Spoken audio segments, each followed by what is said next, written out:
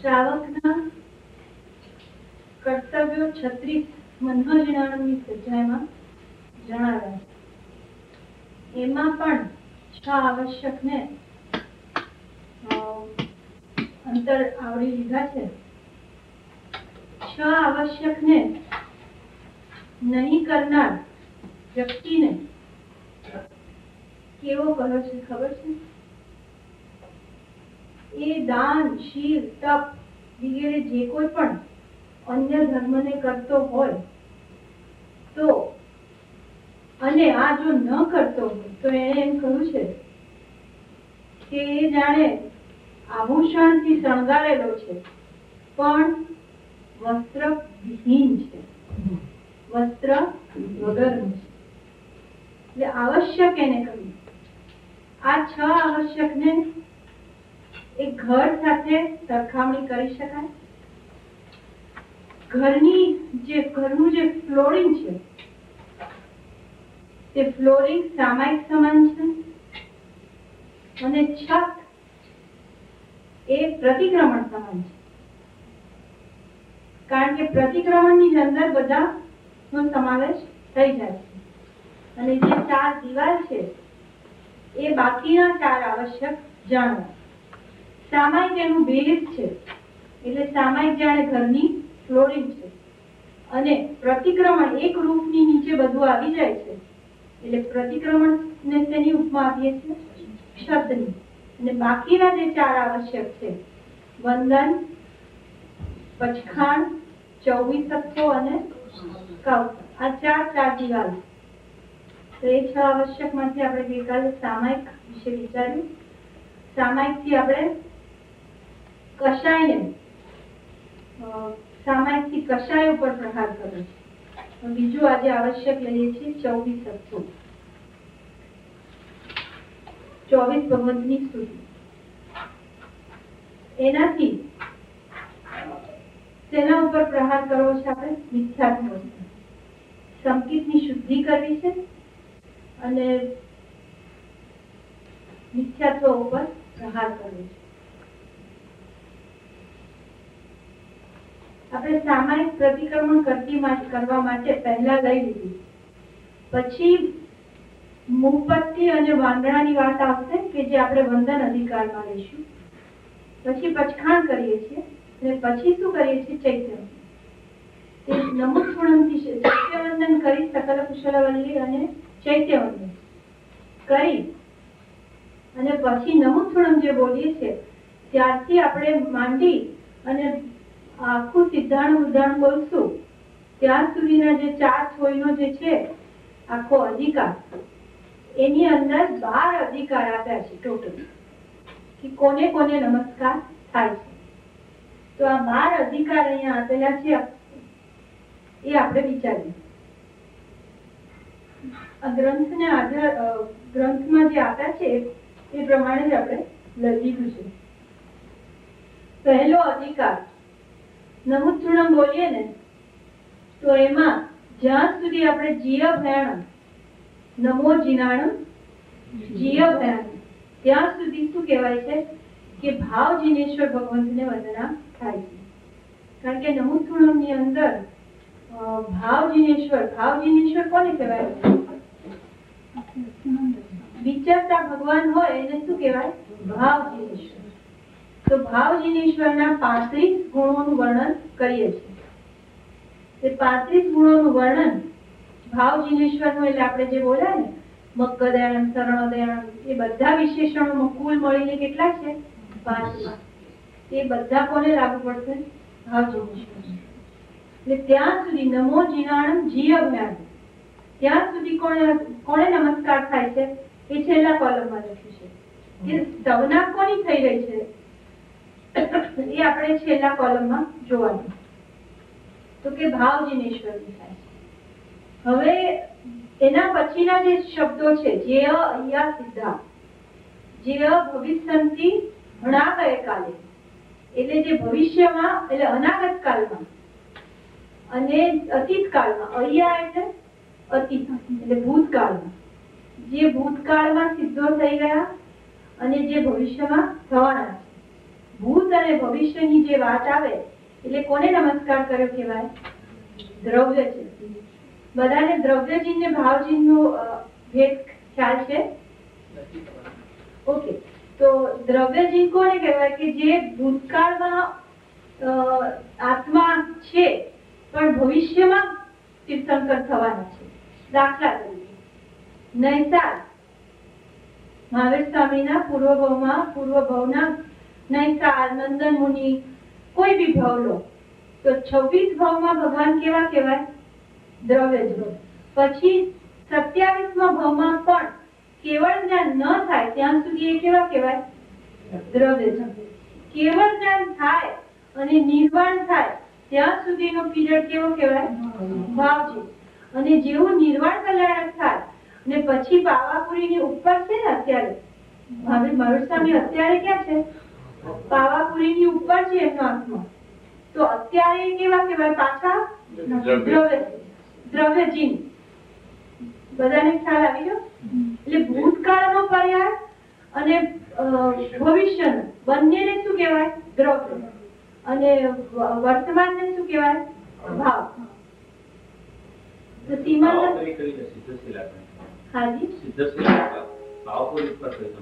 હા, પાવાપુરીની ઉપર સિદ્ધશિલામાં, ત્યાં આગળ જ્યાં અત્યારના વિરાજમાન છે ને, તો એ અત્યારના કેવા કહેવાય? દ્રવ્ય છે. હવે થોડુંક વધારે એક્સટેન્ડ કરું. સપોઝ અત્યારના હું મહાવીર સ્વામીને દ્રવ્ય સિદ્ધ, ભાવ સિદ્ધ તરીકે કહું, એટલે કહું છું જો કરવું હોય તો કરીએ થોડુંક. ભાવ સિદ્ધ. હવે સિદ્ધને માટે મારે દ્રવ્ય અને ભાવ કરવું છે. હું મહાવીર સ્વામીને અત્યારના ભાવ સિદ્ધ કહું છું.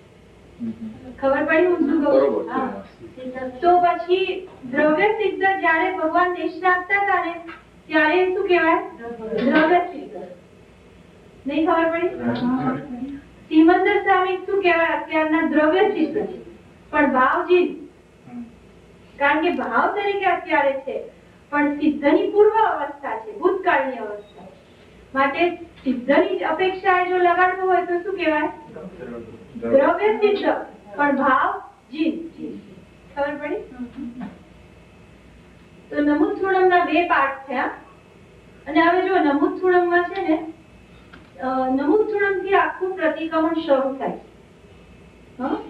અને પાછા આપણા 6 આવશ્યક પૂરા થશે ને ત્યારે પણ છેલ્લે શું આવે છે? સંસાર દાવાના હર્ષોલ્લાસ માટે બોલ્યા પછી છેલ્લે શું આવે પાછું? નમુથુણમ. એટલે આદિ નમસ્કાર અને અંતમાં નમસ્કાર. હવે નમુથુણમ સૂત્રની અંદર જુઓ. નમુથુણમ શબ્દ એટલે શું? નમસ્કાર. અને પાછું નમો જીરાણમ બોલીએ ને એટલે ઓલમોસ્ટ ટુવર્ડ્સ ધી એન્ડ, કે બંને આદિ અને અંતમાં હંમેશા શું હોય? નમસ્કારથી શરૂઆત થાય ને નમસ્કારથી પૂર્ણાહુતિ થાય.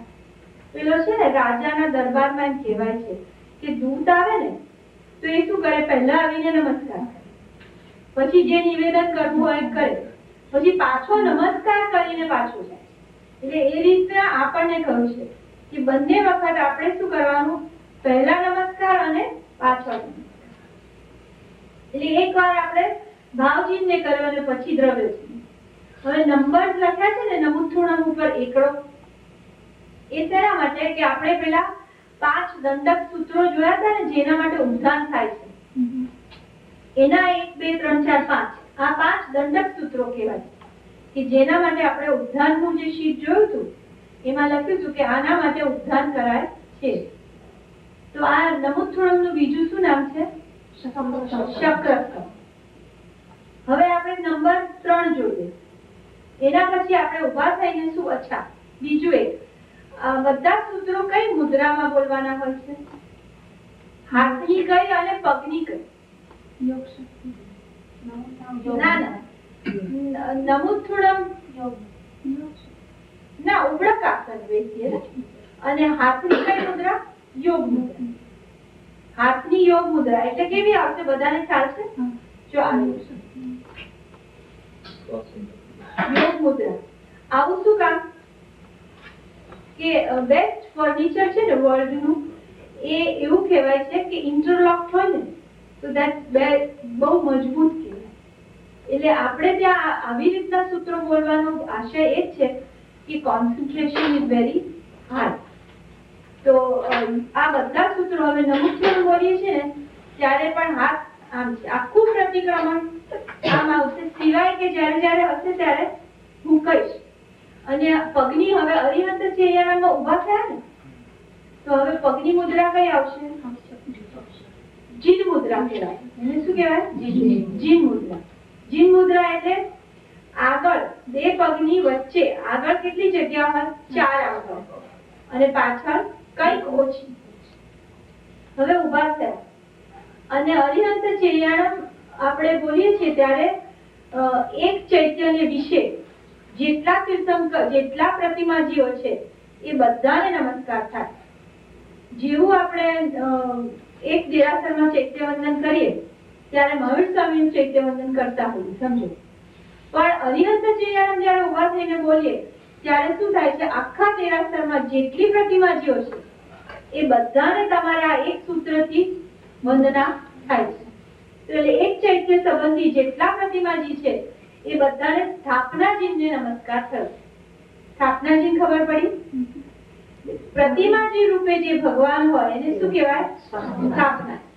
4 નિક્ષેપ. નિક્ષેપ શબ્દથી બધા પરિચિત છો? નિક્ષેપ એટલે ફોર્મ. 4 રૂપ ભગવાનના, 4 રૂપે ભગવાનની 4 રૂપે ભક્તિ કરી શકાય છે.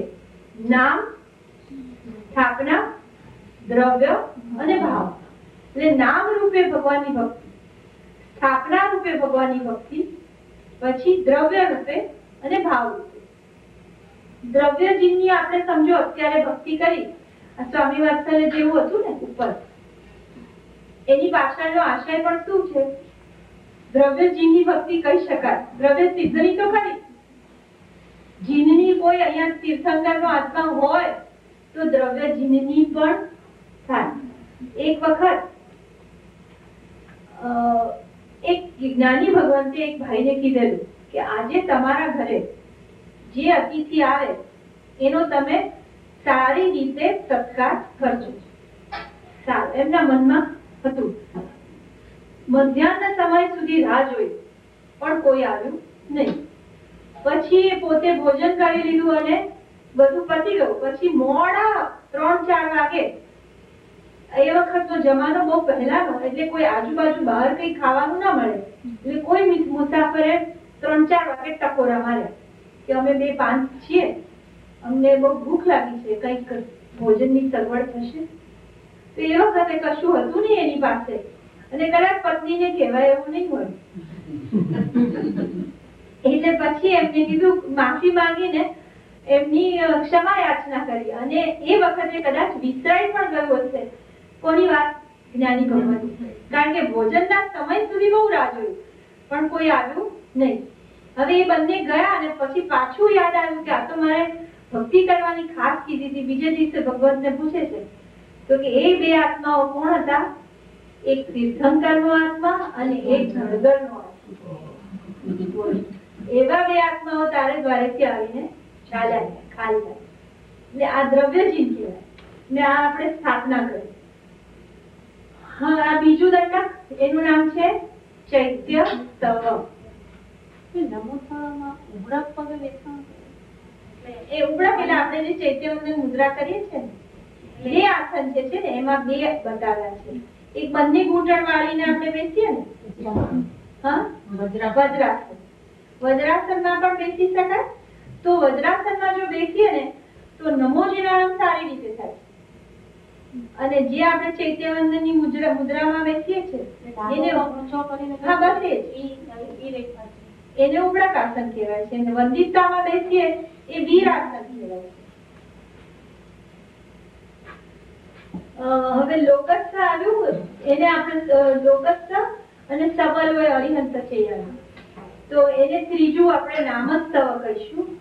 અને એમાં 3 કાળના શાશ્વત અશાશ્વત અને લોકસ્થમાં તો સીધું નામસ્તવ છે, બરોબર. હવે લોકસ્થ સૂત્રની અંદર જરાક આપણે વિચારીએ. એની અંદર 24 ભગવાનના નામ છે. એમાં 7 ભગવાનના નામ પછી જીણમ શબ્દ આવે છે. ખબર છે જીણમ શબ્દ કેવી રીતે આવે છે? 7 ભગવાનના નામ પતે પછી જીણમ. જોવું છે કે તમે જોઈ લેશો? જોઈ લેશો? ઋષભ અજિત સંભવ અભિનંદન સુમતિ પદ્મપ્રભા અને સુપાસ. સુપાસ જીણમ ચ. જીણમ શબ્દ આવે.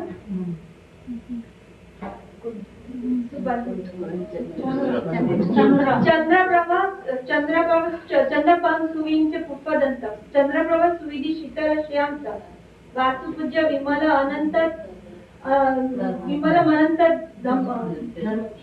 વિમલ મણંતંચ જીણમ. જીણમ આવ્યું. ધર્મ શાંતિ કુંતુ અર મલ્લી મુનિ સુરત નમી જીણમ ચ આવ્યું. 7:21 અને પછી 3 નામ. બરાબર. એટલે આ કહેવાય છે કે કુંડલીની છે ને, કુંડલીની યોગની અંદર કુંડલીની વાત આવે છે. તો કે કુંડલીનીના 3.5 આટા છે.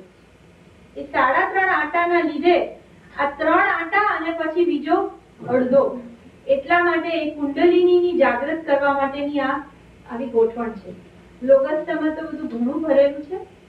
અને આમ જુઓ ને તો નામો સિવાય લગભગ પ્રાય લોકસ્થ શાશ્વત છે. એવી રીતે તો એ લોકસ્થ એટલે ખરેખર જો નામસ્તવ કોઈ હોય 2400 હોય તો કયું છે? એક લોકસ્થ જ છે.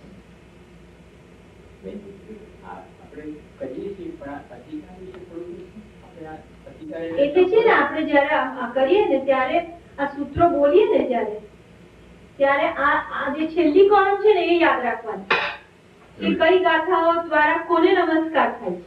બરાબર. તમારે આ સૂત્રો તો તમે બોલો જ છો, પણ કયા પદથી તમારે કોને નમસ્કાર કરવાનો છે એ જે ગાથા બોલતા જાઓ એમ તમારે હવે નામ રૂપે ભગવાનને બોલીએ છીએ. હા, એનું નામ અધિકાર, ભાવચિહ્નનો અધિકાર. Okay, flow. હા, એમનો પ્રશ્ન શું છે? અધિકાર કોને કહેવાનો? તો અધિકાર મીનિંગ, હવે આ કોનો અધિકાર મીનિંગ? એકચ્યુઅલી અધિકારનો અર્થ એ કરીએ કે કોના વિશે આ વાત ચાલી રહી છે. ખ્યાલ આવ્યો? પહેલું જે છે એ ભાવચિહ્ન વિશે વાત છે. અધિકાર શબ્દ જવા દો. કોના વિશે વાત છે પહેલામાં? તો કે ભાવચિહ્ન વિશે. બીજું કોની વાત છે? તો દ્રવ્યચિહ્ન વિશે. એટલે જેમ જેમ સમુચ્ચૂર્ણમાં પ્રતિક્રમણમાં આગળ જઈએ તો કોના વિશેની વાત છે? અધિકાર એટલે વિશે. બરાબર? હાજી. આનંદ શ્રાવકનો અધિકાર, બ્રહ્મદત્ત ચક્રવર્તીનો અધિકાર, એના ચેપ્ટર કાઇન્ડ ઓફ એના ચેપ્ટર. પણ અહીંયા આવે ચેપ્ટર ના કહેવાય, પણ એના વિશે અહીંયા એક ડેફિનેશન લખી છે કે અધિકાર એટલે જેને આશ્રયને વર્ણન કરવામાં આવે છે. સબ્જેક્ટ.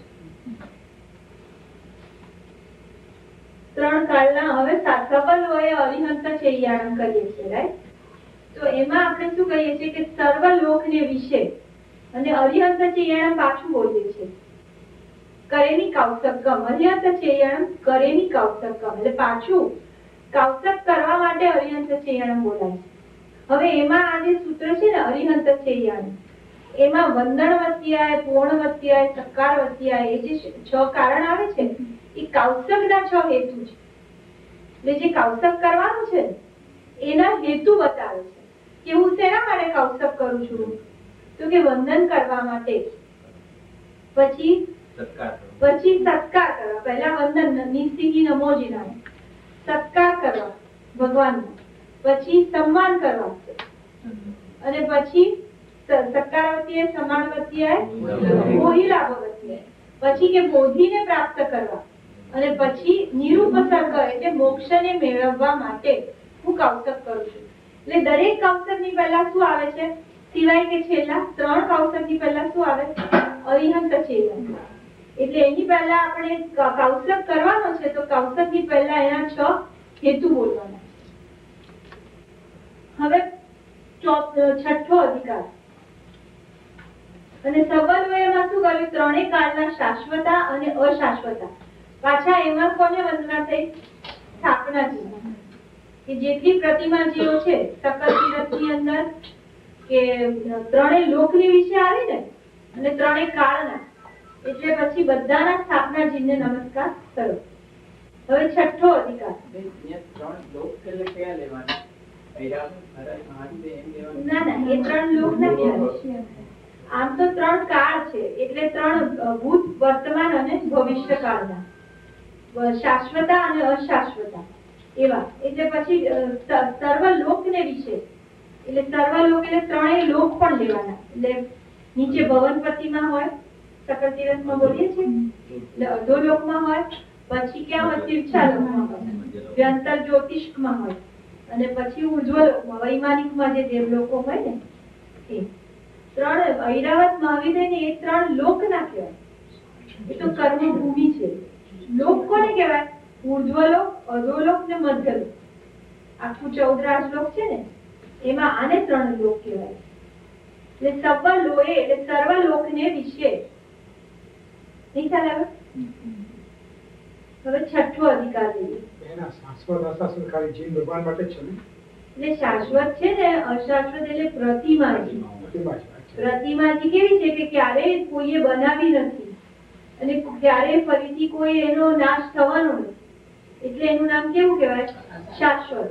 અને અશાશ્વત એટલે કોણ, કે જે આપણા દાખલા તરીકે શિખરજી, શંખેશ્વર, આ બધા તીર્થો કેવા કહેવાય, આજે છે ને કાલે ન પણ હોય ને, એટલે એ બધા કેવા કહેવાય, અશાશ્વત. પણ એને પણ આપણે એક જ સૂત્ર બોલીએ તો એનાથી પણ શું થઈ જાય છે, એનો નમસ્કાર થઈ જાય છે.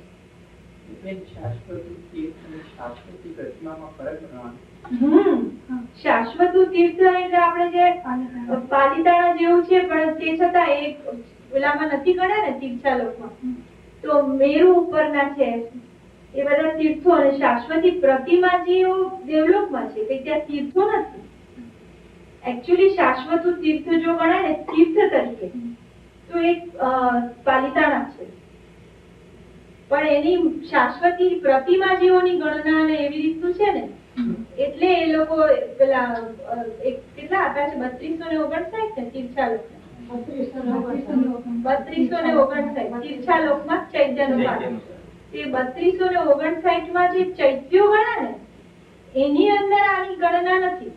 શત્રુંજય એ ચૈત્ય શાશ્વત નથી, માટે નહીં ખ્યાલ આવે? તીર્થ શાશ્વત છે, નહીં ખ્યાલ આવે? હું શું કહું છું કે જો તીર્થ તરીકે શું છે, તીર્થ એટલે ભૂમિ, ઉપરનું દેરાસર નથી શાશ્વત. કોનું? પાલિતાણાનું. પણ પાલિતાણા શાશ્વત, પણ એનું દેરાસર શાશ્વત ખરું ના રે.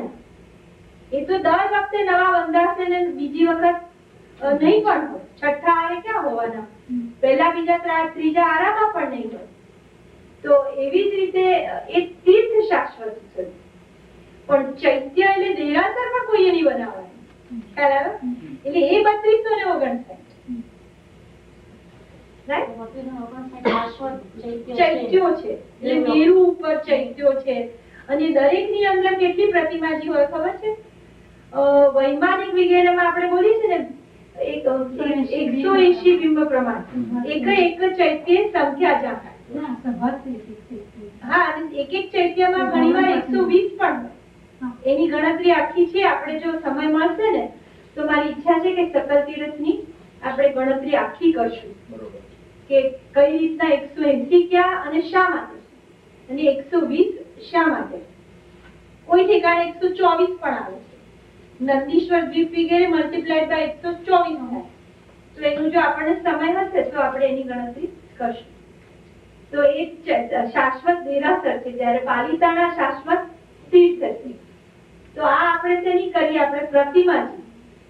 શાશ્વતી ચૈત્યોની અંદર પાછા શાશ્વતી પ્રતિમાજી છે. તમે કહ્યું ને કે પાલિતાણા છઠ્ઠા કાળમાં કે પેલા જગ્યામાં ચૈત્ય ન પણ હોય શકે. ચૈત્ય નહીં તો પણ પછી ચૈત્ય ન હોય તો તીર્થ કેવી રીતે ગણાય? તીર્થ એટલે ભૂમિ એવી સરસ છે, ભૂમિ એવી પાવન છે કે જ્યાંથી અનંતા અનંત સિદ્ધો ગયા છે, અને પછી એનો મહિમા દરેક કાળમાં પહેલા તીર્થ વધારે છે. એટલે તીર્થ શાશ્વત છે.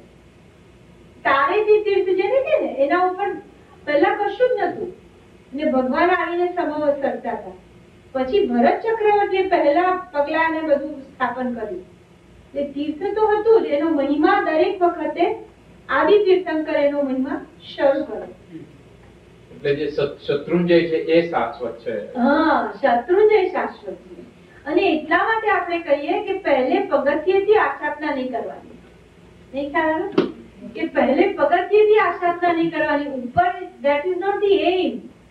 લક્ષ્ય દેરાસર નથી, લક્ષ્ય પહેલું પગથિયું છે. ખ્યાલ આવ્યો? હાજી? તમે શિખર શાસ્ત્ર ખો કે ના, એકે નથી સાહેબ. કે સામાન્ય તારમ 20 તીર્થન 21 તીર્થન ગયા એ ને આ કાળમાં ગયા છે. હા. દરેક કાળમાં જશે એવું પણ નથી, અને કોઈ તીર્થંકર શત્રુંજય ઉપર તો ગયા પણ નથી. હમ.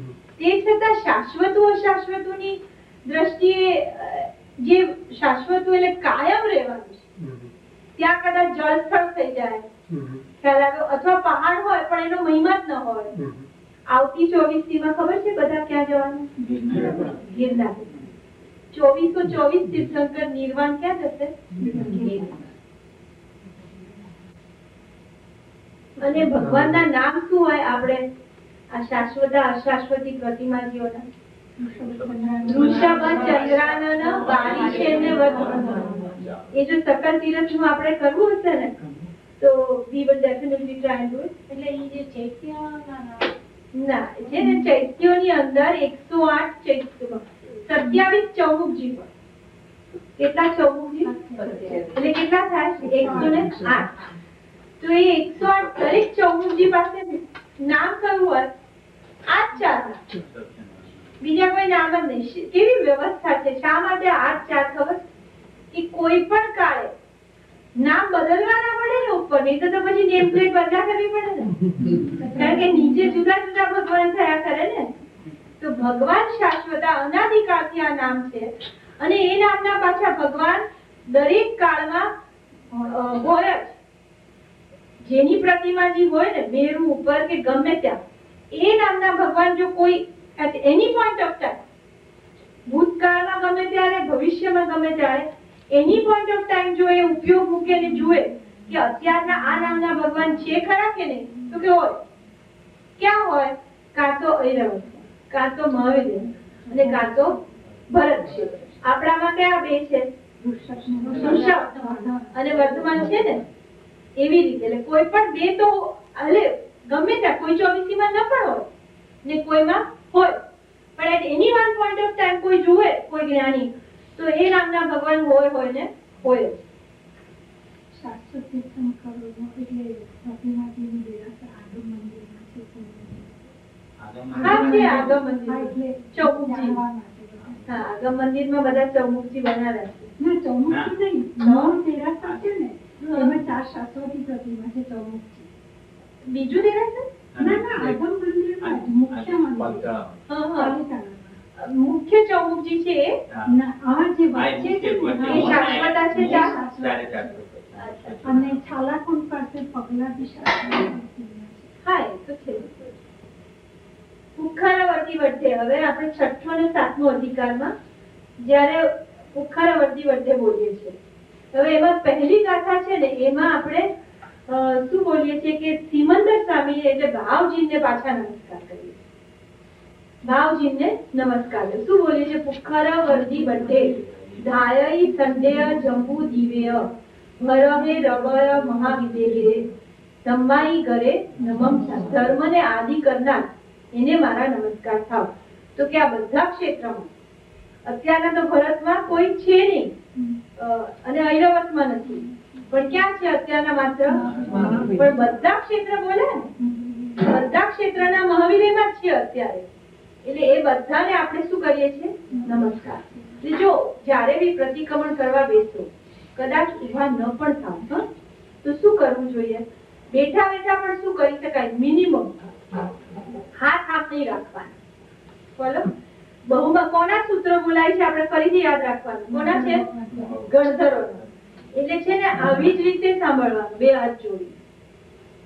ભલે ઊભા ન થઈએ તો આવી જ રીતે બહુમાન પૂર્વક સાંભળવાનું. અને જેટલી વાર આ વંદન આવે ને, અધિકાર પૂરો થાય ને એટલી વાર શું કરવાનું? મસ્તક નમાવવાનું.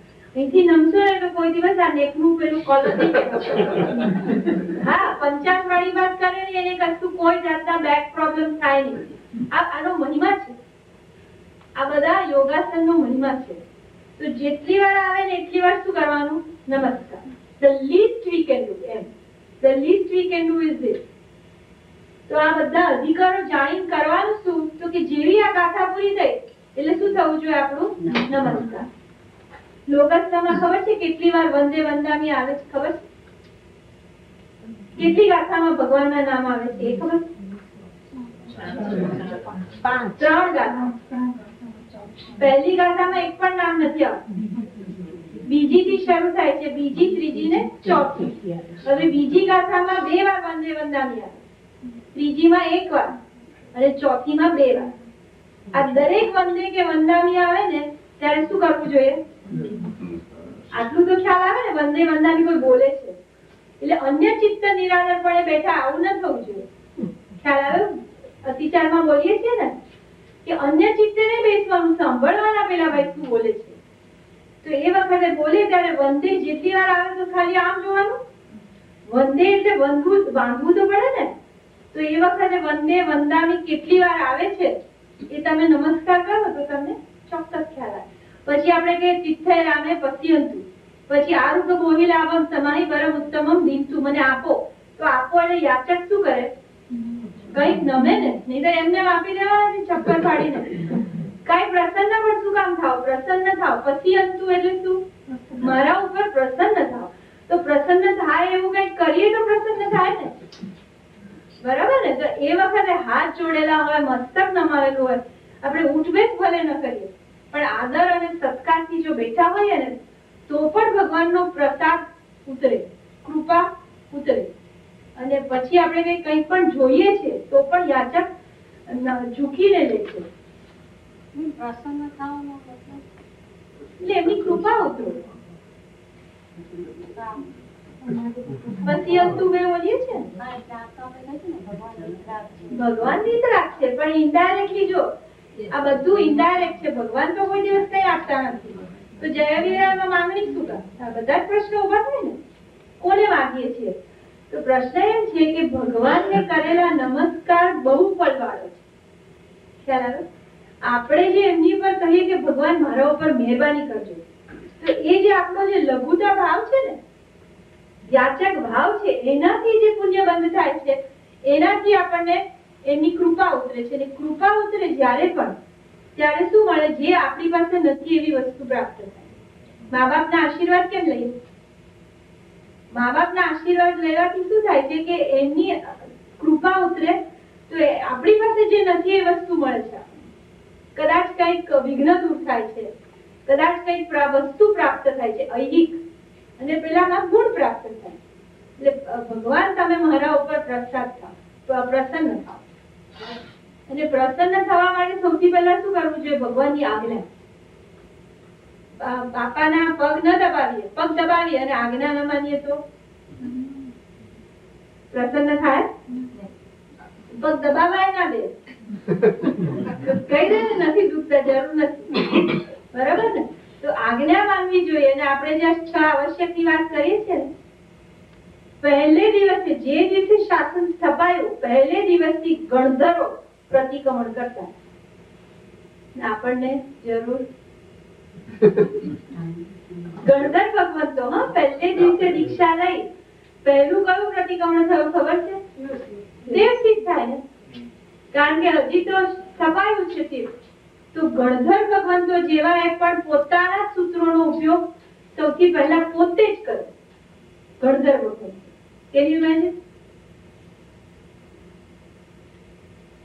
પુખ્ખરવર્તી વડે આપણે લીધું તો એમાં ભાવજીને આપણે પહેલો નમસ્કાર કર્યો. પછી બીજી ગાથા ઓનવર્ડ, હવે આખું કોને નમસ્કાર છે? જ્ઞાનને. તો તમ તિમિર પડલ વિદ્ધમ, એટલે અંધકારને દૂર કરનાર, અંધકારના જે પડલો છે કે બધા એને દૂર કરનાર એવી જ્ઞાનની સ્તુતિ આવે છે. અને છેલ્લે શું બોલીએ છીએ? સુવત્સવો ભગવો, એટલે આપણે શ્રુતની માટે કાવસક કરવાનું. સુવત્સવો ભગવો ગરેની કાવસકમ, એટલે કાવસક પછી કરી અને પાછું વંદનવત્યાય પૂર્ણવત્યા, કે વંદનથી થતા જે લાભ છે, પૂજનથી થતા જે લાભ છે, પછી સત્કારથી ને સન્માનથી, આ બધાથી જે લાભ છે એ લાભ મને હોજો, એના માટે હું કૌશક કરું છું. અને બોધિને માટે, અને બીજું શેના માટે? મોક્ષ માટે. એ પ્રમાણે કર્યાથી ત્યારે શું આવ્યું? શ્રુત જ્ઞાનની સ્તુતિ આવી. બરાબર? પછી સિદ્ધાણમ બુદ્ધાણમ ની પહેલી ગાથા પાછી જુદી. સિદ્ધાણમ બુદ્ધાણમમાં તો બધું જુદું જુદું છે, એક એક ગાથાનો અર્થ અલગ અલગ આવે છે. તો કે પહેલી ગાથામાં બોલીએ છીએ શું? સિદ્ધોને નમો સયા સવ્વ સિદ્ધાણ, એટલે પાછું નમો સયા સવ્વ સિદ્ધાણ. પછી તમે એ સિદ્ધ ભગવાનને નમસ્કાર કરે છે, કયા સિદ્ધને? નમો સિદ્ધાણ બોલીએ ને નવકારમાં પણ, તો એ સિદ્ધ ભગવાનને યાદ કર્યા છે કે જે સિદ્ધ ભગવાન મોક્ષે ગયા અને તમને નિગોદમાંથી બહાર કાઢ્યા. વિચાર કર્યો છે? નહીં? ડોન્ટ યુ થિંક ત્યાં રોજ એક વધારે સ્પેશિયલ નમસ્કાર કરવો જોઈએ કે જે સિદ્ધ? મને તો એવી કલ્પના આવી છે કે હું જો કેવળી થઉં કે કોઈ દેવલોકમાં જાઉં ને કોઈ જ્ઞાન પ્રાપ્ત થાય, ત્યાં તો થાય ને અભિજ્ઞાન હોય કે કઈ, તો એ સિદ્ધ ભગવાન કોણ હતા એનો મહિમા ગાવો છે. ખ્યાલ આવ્યો? કે એ સિદ્ધ ભગવાનનું ચરિત્ર વાંચવું છે કે એ કેવી રીતે મોક્ષે ગયા. ડોન્ટ યુ થિંક આપણા કેટલા મહાન ઉપકારી કહેવાય? તો એમને ત્યાં આગળ કઈ સ્તૂપ કરીએ કે જે સ્થાન પરથી એ મોક્ષે ગયા અને મારો જીવ ક્યાંથી નીકળ્યો? નિગોદમાંથી. આવી ભાવના ઘણી વખત થતી હોય છે. સિદ્ધાણમ ઉદ્ધાણમમાં આપણે કીધું સિદ્ધોની સ્તુતિ થયું. હવે એક સિદ્ધાણમ ઉદ્ધાણમની અલગ અલગ ગાથાઓથી અલગ અલગ ભગવંતોની સ્તુતિ થાય છે.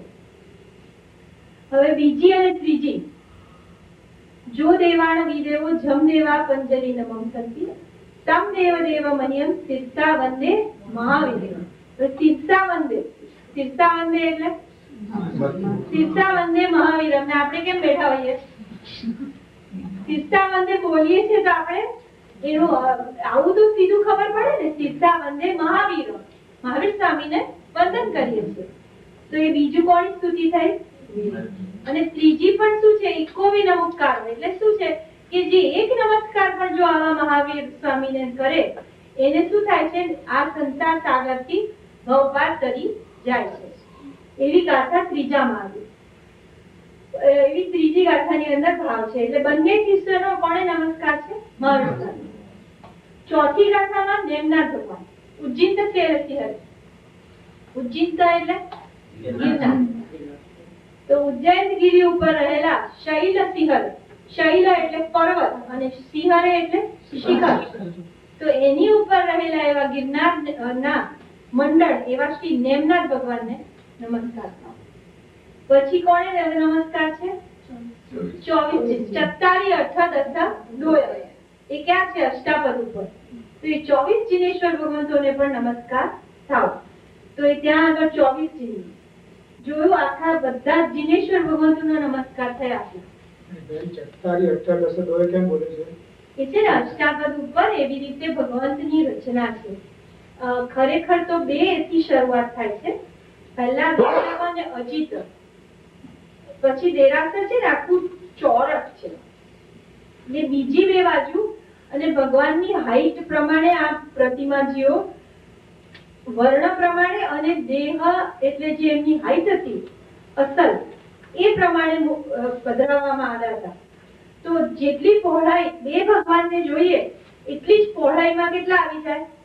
4 અને એટલી જ પહોળાઈમાં, કારણ કે નાના નાના થાય ને પછી તો એટલી વારમાં એટલી જ પહોળાઈમાં કેટલા આવી જાય 8 અને એટલી જ પહોળાઈમાં બીજા કેટલા આવે 10. તો ચત્તારી કેમ બોલે છે એનું કોઈને ખબર છે? શરૂઆત તો 2 થી થાય ને, ઋષભ અને અજીત, પછી 4 ને પછી 8 ને 10. ગૌતમ સ્વામી જ્યાંથી ચડ્યા હતા ને તો એ જ્યાંથી ચડ્યા ને ત્યાં પહેલા 4 હતા. 4 દિશામાં હોય ને તો એમાં ગૌતમ સ્વામી જ્યાંથી ચડ્યા હતા ને ત્યાં શું હતા? 4 ભગવાન હતા. એટલે હંમેશા ચત્તારી, અષ્ટાદશ અને દ્વય બોલીએ. ચાલે? કોઈને કઈ પૂછવું છે? એટલે દોય છે 12મો અધિકાર હજી જોવાનો બાકી, જરા ઊંચું કરો. છેલ્લે દોય તો આવે છે બે. હા, એ આવે છે, પણ ક્રમ આપણને ઘણા પ્રશ્ન પૂછે કે 2 કેમ નહીં? અને છે ને જે તપ કરે છે ને ચત્તારી, અષ્ટાદશ, દ્વયનો, એ પણ આ જ ક્રમે કરે છે. 4 ને 8 ઉપવાસ કરે, પછી 10 ને 2 કરે છે, એવી રીતે કરે છે. એટલે એક વખત ઘણા પ્રશ્ન કર્યો આવો કે સ્ટાર્ટિંગ તો ઋષભ અજીતથી થાય છે, એટલે 2 ભગવાનથી થાય છે, તો કેમ ચત્તારી, અષ્ટાદશ, દ્વય છે? એટલે પછી એનો ખુલાસો આ પ્રમાણે સાંભળવામાં આવ્યો કે ગૌતમ સ્વામી જ્યાંથી ચડ્યા તો આવી રીતે. આ બધી ગાથાઓમાં વારંવાર સમજાય છે કે રુદ્રોથી પૂજાયેલા એમ કે છે. આપણે હંસામણી કહેતા હતા, દેવોના દેવો. હા, કારણ આપણને ઇમ્પ્રેસ કરવા કે જો દેવો પાસે આટલી સિદ્ધિ, આટલું રૂપ, આટલું ઐશ્વર્ય, આટલું બળ, અને તે છતાં એ લોકો નમે છે. એમ કહીએ ને પૈસા વાળો માણસ નમે, એમ કહીએ ને જો આ માણસ નમે છે માટે તમે પણ નમો. એમ આપણને વધારે ભાવ થાય એટલા માટે કે છે દેવેન્દ્ર વંદ્ય, એમ દેવોના ઇન્દ્રો વડે વંદાયેલા છે. જરા ઊંચું કરશો? 12મો અધિકાર. છેલ્લો 12મો અધિકાર આવે છે. હવે એમાં સિદ્ધોની સ્તુતિ કર્યા બાદ સ્મરણ કરવાનું છે. કોનું? સમ્યક દ્રષ્ટિ દેવોનું. અને એમનું સ્મરણ હોય, એમની સ્તુતિ રૂપ હોય પણ સ્મરણ રૂપે સ્તુતિ હોય. માટે એમના માટે કઈ વંદન વત્તિયાય વગેરે નહીં બોલવાનું, કારણ કે વંદન નથી કરવું. એટલે વંદન વત્તિયાય, પૂર્ણ વત્તિયાય, એટલે અર્યંત ચેણમ બોલીએ છે, નથી બોલતા. વેયા વચ્ચકરણ, પછી સીધું અનર્થ, બરાબર? અનર્થ બોલી અને કૌશક કરીએ છીએ. અને આ પ્રમાણે અહીંયા 12 અધિકાર થયા. કોઈને કઈ પૂછવું છે? નમૂનામાં પહેલું જે છે બેન, પેલું બીજું એમાં જે છે જે તમે જે ભયાનક સુધી કરી ને હાજી. તો સવનમ સવદર્શનમ શિવ માયાના મરુ મંત્ર મુખે મવાબા છે એ સિદ્ધ ભગવાનની સ્થિતિ છે જે ફરીથી પાછા આવવાના નથી એ. તો એ તો દ્રવ્ય જીવનમાં જશે ને. પણ એમને એમ કીધું કે એકચ્યુઅલી જેની મુખ્યતા છે ને એ પ્રમાણે એમને કહ્યું. શાસ્ત્રકારે આ જ રીતે ભાષ્યની અંદર વિભાગ આપેલા છે કે દ્રવ્યજીની અંદર પણ જે અહીંયા સિદ્ધા, જે ભવિષ્યના ગઈકાલે સંપય્ય વર્તમાન, સંપય્યમાં સંપ્રતિ ના આવ્યું, સંપ્રતિ એટલે વર્તમાન. એટલે એવું જ એ લોકો પણ પૂછે છે કે સંપ્રતિ લખ્યું હોવા છતાં કેમ એને ભાવજીનો નહીં? તો કે મુખ્યતા જેની ગણવાની હોય એની, અહીંયા દ્રવ્યજીની ગણવાની. અને શિવમય એવા સ્થાનને પ્રાપ્ત કરેલા, જે સિદ્ધોનું નથી વર્ણન. એટલે આમ જોયું તો દ્રવ્યજીન કહેવાય ખરું, પણ હવે નથી એ રીતનું. જે જઈને પાછા નથી આવવાના. ના, એ આખું સિદ્ધ ભગવાનનું વર્ણન છે. મવામાં પૂર્ણ રાવીથી જે પાછા સિદ્ધિ આવવાના આમ નથી, જેમ પૂર્ણ પ્રાણ રાવીથી. સંપત્તાનું નમોજી નામ, પણ એવા સ્થાનને પ્રાપ્ત કરેલા છે જેમને, એવા જે રીતે એમને આપ્યું છે. આપણે આ વિભાગ નથી પાડ્યા. કોઈને કઈ પ્રશ્ન છે? અચ્છા, હવે આપણે આ સમજો નથી રોજ કરવાના, તો ડેઈલી લાઈફમાં શું? રાઈટ? થોડું પ્રેક્ટિકલ અપ્રોચ બી લઈએ ને.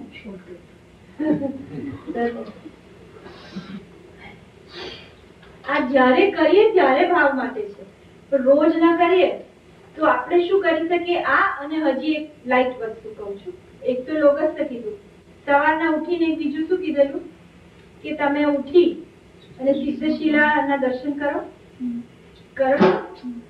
તો એ કરીને 24 ભગવાનના નામ બોલવાના. તો શું થાય? 24 તો થાય ને. 24 ભગવાનના નામ ન બોલો ને એકલું લોગસ તો બોલો તો પણ શું થાય? 24. બરાબર? હવે આમાં શું કર્યું છે આપણે? કે બસ એ ટાઇટલ જ જોઈતું આપણને? ટાઇટલ નથી જોઈતું. ટાઇટલ ઊંચી જોવા દે છે. કયા? આપણે શું કહેવા માંગીએ છીએ કે આવી રીતે આપણા 24 ભગવાનને વિશે જુદી જુદી માહિતી જાણવી એ પણ શું કહેવાય? ભગવાનની સ્તુતિ. ખ્યાલ આવ્યો હું શું કહેવા માંગુ છું? કે ભાઈ 24 ભગવાનના ભાવ કેટલા ખબર છે બધાને? બોલો. 27 મહાવિષ્ણુ. પછી પાર્શ્વનાથ ભગવાનના કેટલા? 10. પછી કોઈના 13 ભાવ છે? ઋષભદેવ. એટલે આ બધી જે માહિતી છે ને 17 ભગવાનના ભાવ કેટલા હતા? માત્ર 3. પછી બધાના લંછન આવડે? ઓળખી શકો નહીં. કલર ખબર નહીં? પદ્મપ્રભાને વાળતું પૂજ્ય એ જે છે ને ચૈત્રના, જો આપણા 2 ભગવાન રેડ છે, 2 લાલ છે, એટલે 2 લાલ, 2 શ્યામ, 2 નીલા, 2 ધોળા અને 16 કેવા છે? પીળા, એટલે કંચન વર્ણના. એટલે આવી બધી જે માહિતી હોય ને. બીજું કઈ કઈ નગરીમાં એ લોકો ઉત્પન્ન થયા એ ખબર છે? બધાના 24 ભગવાનની જન્મભૂમિ નહીં. એટલે these are the things which you can collect. અને આવી પણ બીજી બધી માહિતી છે કે જે 3 જ કોલમમાં 24 ભગવાનનું આવી ગયું. જો દાખલા તરીકે પૂર્વ ભાવમાં કોણ કેટલા ભણેલા હતા, હવે એ જવા દો. ચલો બીજો નંબર જુઓ. કોને કેટલી પુત્રીઓ? ખાલી ઋષભદેવ ભગવાનને 2, 22 ભગવાનને 1 અને મહાવીર સ્વામીને 1. એટલે આવી ઘણી બધી માહિતી. હું તો just ખાલી તમને સેમ્પલ મૂક્યું કે આવી રીતનું 24 ભગવાનને વિશે શોર્ટમાં 3 જ કોલમની અંદર 24 ભગવાનને વિશે જાણવા મળે. દેવદૂષ્ય. દેવદૂષ્ય એટલે ખબર છે શું? દીક્ષા લે ને ત્યારે ઇન્દ્ર મહારાજા ખભા ઉપર દેવદૂષ્ય આપે. એટલે વસ્ત્ર નથી જોયું ફોટાઓમાં? એ આપે. એ ડાબા ખભા ઉપર આમ મૂકે. તો એ દેવદૂષ્ય બધા તીર્થંકરોને કેટલો વખત રહ્યું એ અહીંયા લખ્યું છે કે બધાને નિર્વાણ સુધી એક્સેપ્ટ આપણા મહાવીર સ્વામી. એમને 1 વર્ષ અને 1 મહિનામાં તમે એ પેલો સોમિલ બ્રાહ્મણ આવ્યો હતો ખબર છે ને દેવદૂષ્ય લેવા માટે? ફોટા જોયા છે ને? તો એ લેવા આવ્યા ત્યારે પહેલા અડધું આપ્યું અને પછી બાકીનું. એ રીતે એમનું જતું રહ્યું. એટલે આવી રીતના બોલ કેટલા બધા આપ્યા છે. આને શું કહેવાય? બોલ. આ બાજુ જે બધા લખ્યા છે ને એને શું કહેવાય? બોલ. સિદ્ધાર્થ સુત વંદ્ય જે બોલીએ છીએ એમાં છે 7 બોલથી વર્ણવ્યો. ચૈત્યવંદનમાં શું બોલીએ? 7 બોલથી વર્ણવ્યો. એટલે શું? માતા, પિતા, પછી જન્મ, નગરી, વર્ણ, ભગવાનની હાઈટ, ભગવાનનું આયુષ્ય અને લક્ષણ. આ 7 વસ્તુનું વર્ણન લગભગ ચૈત્યવંદનમાં આવે. ખબર છે? સાંભળો ને તો તમને ખ્યાલ આવે. અને 24 ભગવાનનું જો તમને રસ હોય તો collect more and more information. Mostly 120 અથવા એનાથી વધારે બોલ છે.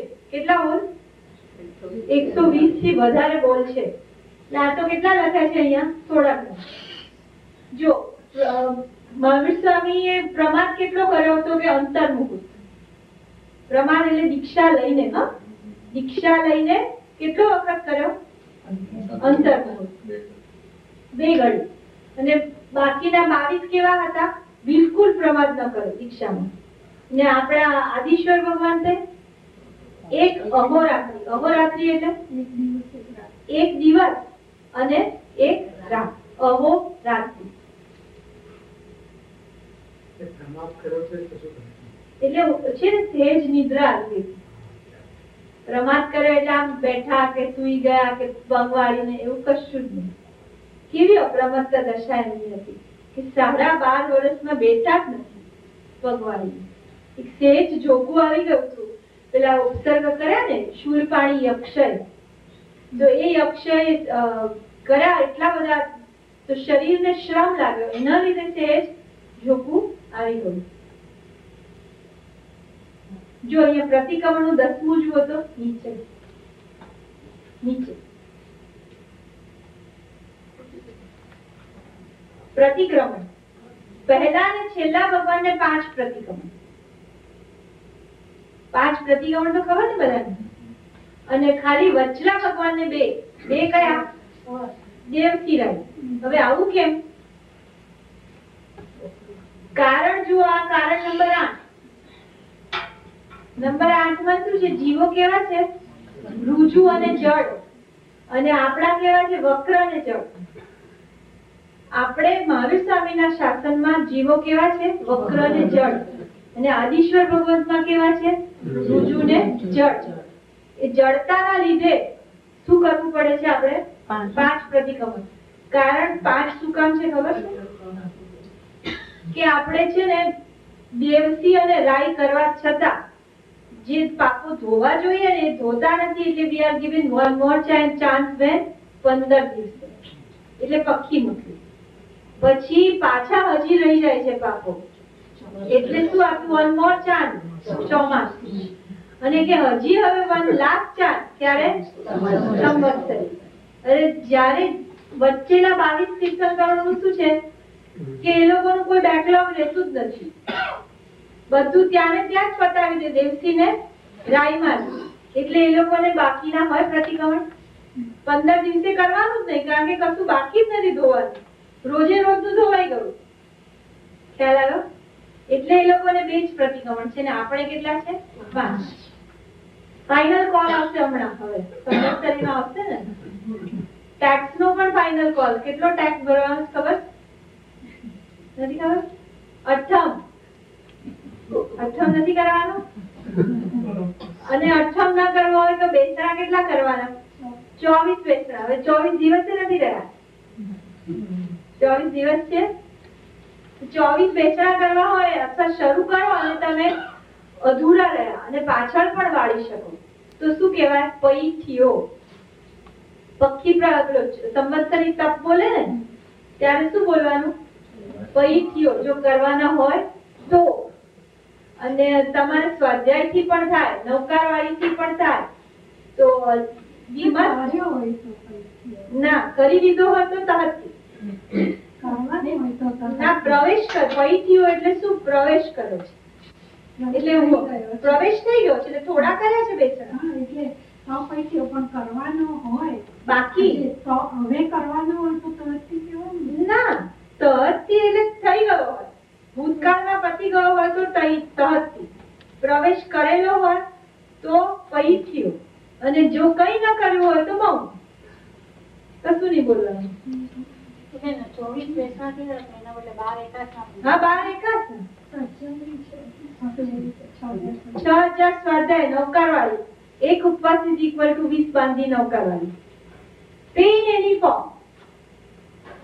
જે રીતે ભરવા એ રીતે ભરો. By cheque, by cash, by travel, whatever. કોઈ પણ રીતે ક્રેડિટ કાર્ડ બધું એક્સેપ્ટેબલ. But pay.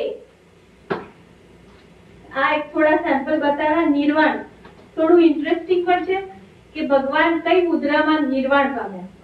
તો કે પહેલા અને છેલ્લા પદ્માસનમાં અને વચ્ચેના 22 કાયોત્સર્ગ. ચાલો. હા પદ્માસન એટલે બેસેલા. ને કાયોત્સર્ગ એટલે ઊભા ઊભા. અને આજે પહેલી જે છે પૂર્વ ભવે 14 પૂર્વ ભણેલા મને તો એવું હતું કે આદેશ્વર ભગવાન તો શરૂઆત સિદ્ધ દેવલોકમાંથી આવે. એટલે પૂર્વ ભવ એટલે ત્રીજો ભવ સમજવાનું. એટલે મહાવીર સ્વામીના કેસમાં નંદન મુનિ નંદન ઋષિના ભવમાં એ ત્રીજો લેવાનો. થર્ડ મનુષ્ય જન્મ. મનુષ્ય ભવમાં મળે. હવે એનાથી ઈઝી એક્સરસાઇઝ. આ તો સેમ્પલ હતું જે જોવા કે આવું પણ બધું સ્ટડી કરી શકાય. હા આમાં આપ્યું છે કે પ્રતિક્રમણની ચોપડીમાં કે ઉપર પ્રમાણે તપ યથાશક્તિ તપ કરી પહોંચાડજો. પ્રવેશ કર્યો હોય તો પૈથિયો. એ જ કીધું ને, પ્રવેશ કર્યો હોય અને કરવાનો હોય હા એટલે એટલે સાવ ન કર્યો હોય. એટલે આજે કરીએ પ્રતિક્રમણ તો એમ કહીએ કે હવે કરવાનો છે હા. તો તરતથી. તો તરતથી કીધું? હા કરશું એમ. હા એટલે કશું ન એટલે કરવું next એટલે હવે 15 દિવસમાં કરવાનું કરવો હોય હા તો બીજી તરતથી 14 આવે ત્યાં સુધીમાં એટલે કરવો કાલે હોય. આપણે પ્રતિક્રમણ કરીએ હા. અને પછી પછી કરવાનો. 14 આવે ત્યાં સુધીમાં કરવાનો હોય તો મને એમ કે કરી લીધો હોય તો ના કરવાનો ઓહ. હોય વિચાર્યું.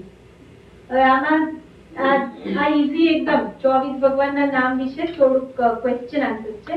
મેં આન્સર બી અહીંયા લખી જ દીધા છે. જોડાક્ષરથી થતું નામ શ્રેયાંસનાથ ભગવાન. એક વનસ્પતિ ઉપરથી શરૂ થતું નામ પદ્મ પ્રવર્તન. પદ્મ એટલે કમળ ખરું ને? પછી જેનો અર્થ કોંગ્રેચ્યુલેશન થાય છે.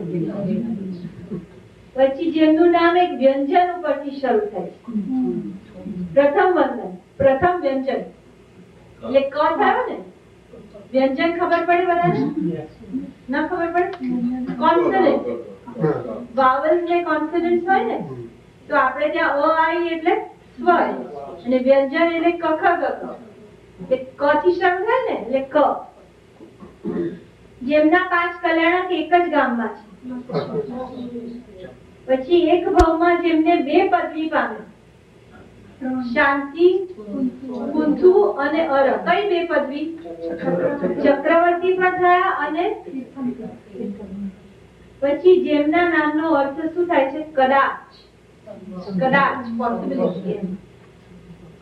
જેમના નામનો અર્થ 117 જે એક જ ભાવમાં ચક્રવર્તી અને તીર્થંકર થયા, હા. તો ચક્રવર્તી તરીકે તો ઘણા પાપો કરવા પડે.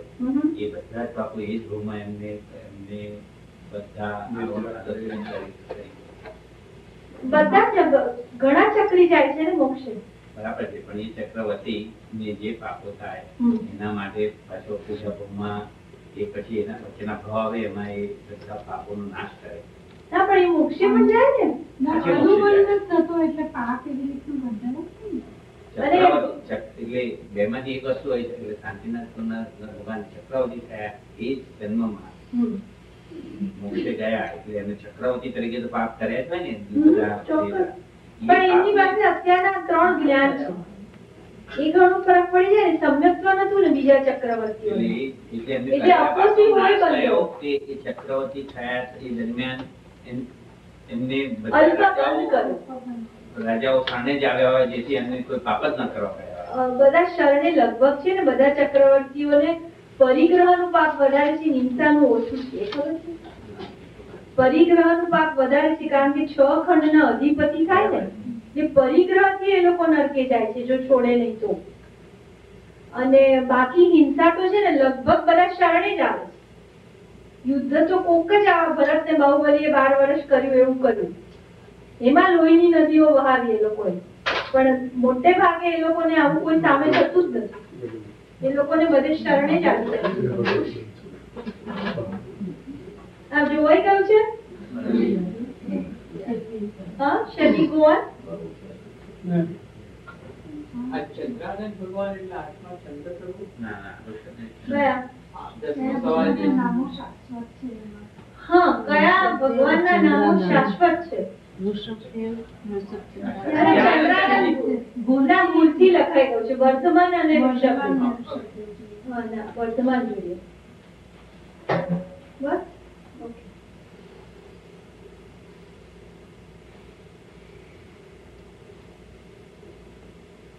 કયા ભગવાનોના નામ લોગસ્થના આધારે અનુસ્વાર આવે છે? માથે મીંડું આવે છે. એટલે લોગસ્થમાં નામ આવે ને, જો તમારે નૌકારવાળી આ ઋષભદેવ ભગવાનની ગણવાની આવે તો શું કયા નામથી ગણશો? આદિનાથ કે ઋષભદેવ? ઋષભદેવ. શા માટે? કારણ કે એ નામ ક્યાં લખ્યું છે? લોગસ્થમાં. પછી મહાવીર સ્વામીના નામની ગણવાની આવે તો કઈ ગણશો? વર્ધમાન સ્વામી. કારણ કે એ નામ ક્યાં છે? લોગસ્થમાં છે. એટલે લોગસ્થમાં જે નામ છે ને એ નામ આપણે લેવાનું. હવે નેમનાથ ભગવાનનું નામ આપણે છે ને અરિષ્ટ નેમી કરી કાઢીએ છીએ. શું કરીએ છીએ? નેમનાથ બોલીએ છીએ ને, નેમનાથ અથવા નેમિનાથ એવું બોલીએ છીએ. તો શું કરવું જોઈએ? અરિષ્ટ નેમી. કારણ કે લોગસ્થમાં અરિષ્ટ નેમી આવે છે ને માટે. Okay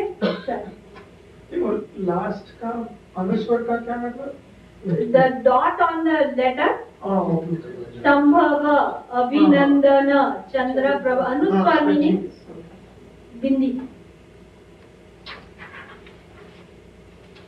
We have a small song. 24 તત્વ પત્યું છે તો ભગવાનનું એક ગીત લઈએ.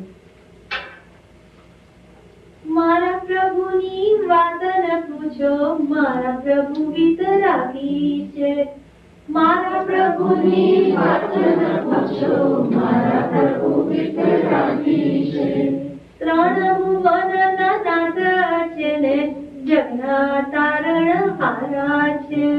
ત્રણ ભુવનના નાથ છે ને જગના તારણહારા છે.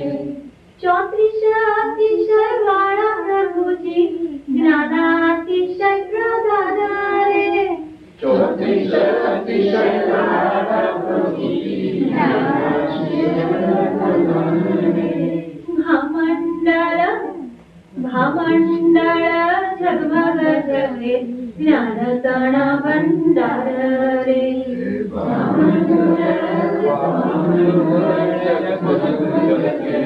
જ્ઞાન તણા ભંડાર રે. મારા પ્રભુની વાત ન પૂછો, મારા પ્રભુ વિતરાગી છે. માર્ગોશ રાગમાં વાણી મધુરી વચનાતિશય વાળા રે. માર્ગોશ રાગમાં વાણી મધુરી વચનાતિશય વાળા રે. જો જનગામિની વાણી વસે મોહથી મીર ડાળે રે. જો જનગામિની વાણી વસે મોહથી મીર ડાળે રે.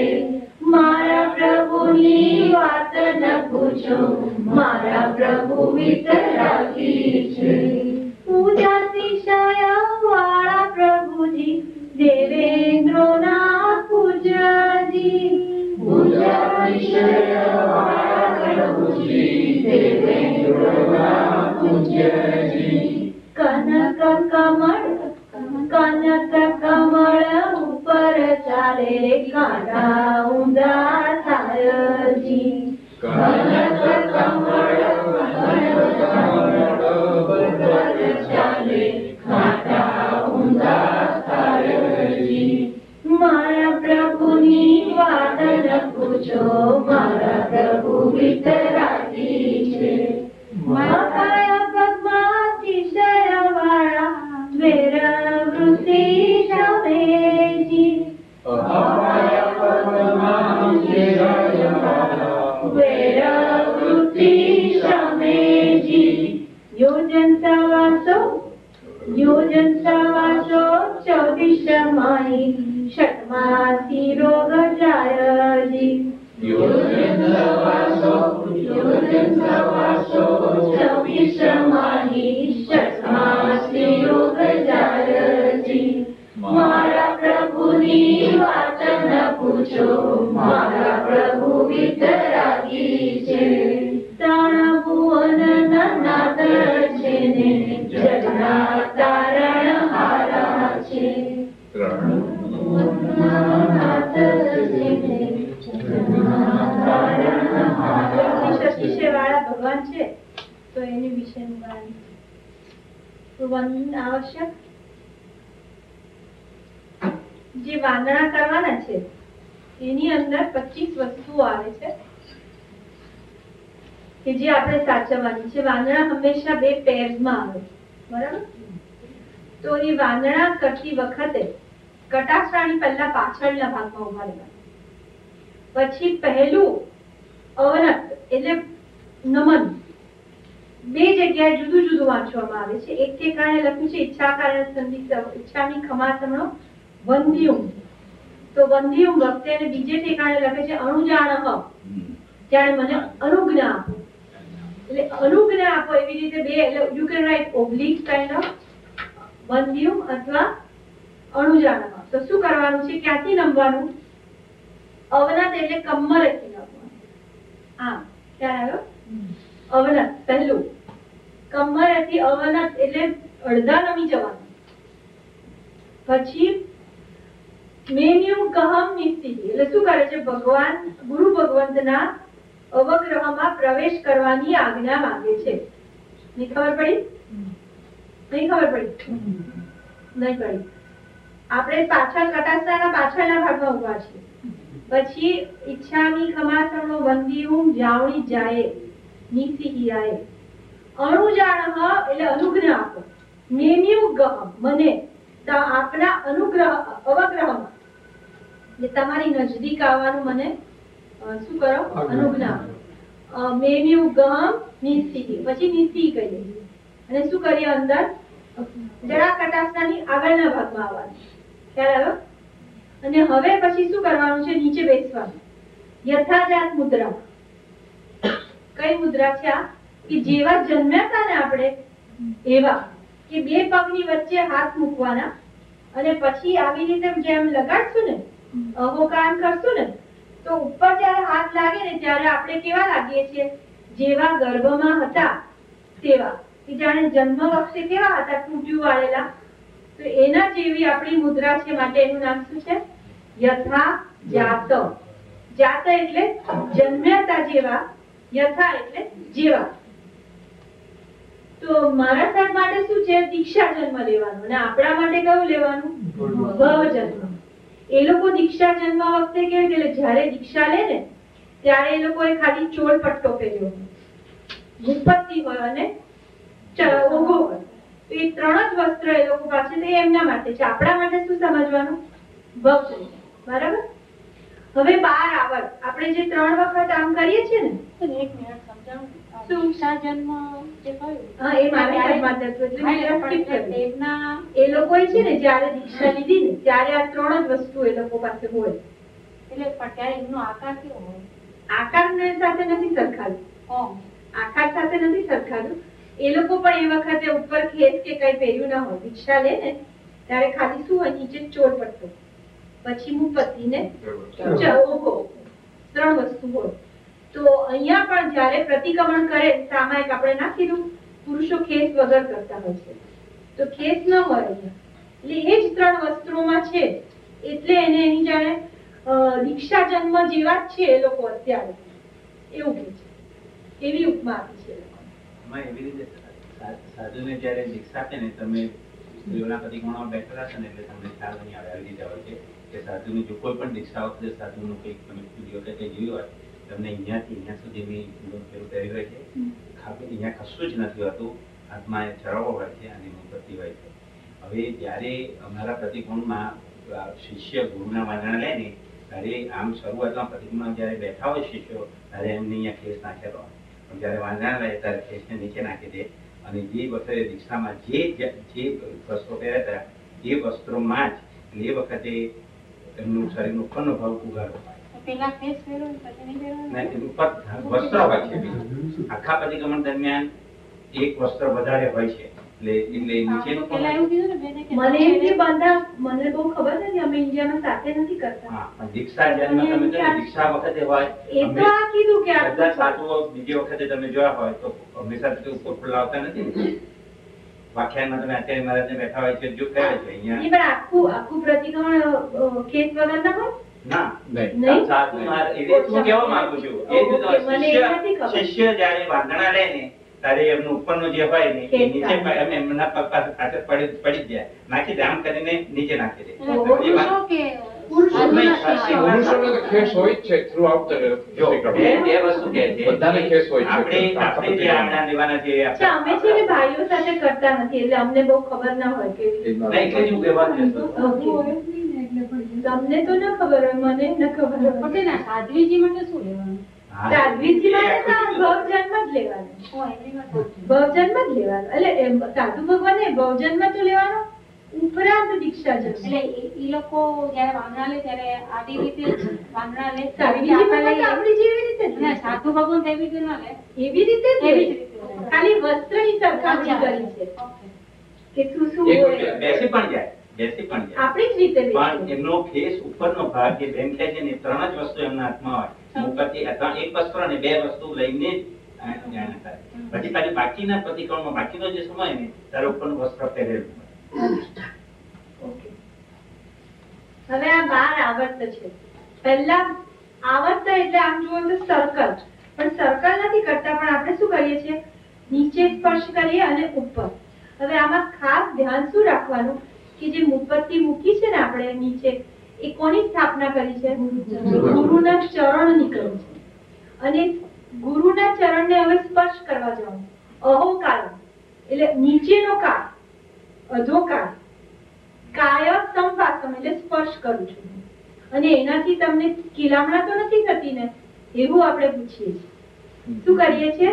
અહોકાય કાય સંપાસમ, મારી કાયા વડે તમારી અધોકાયને હું સંપાસમ એટલે સ્પર્શ કરવાનો છું.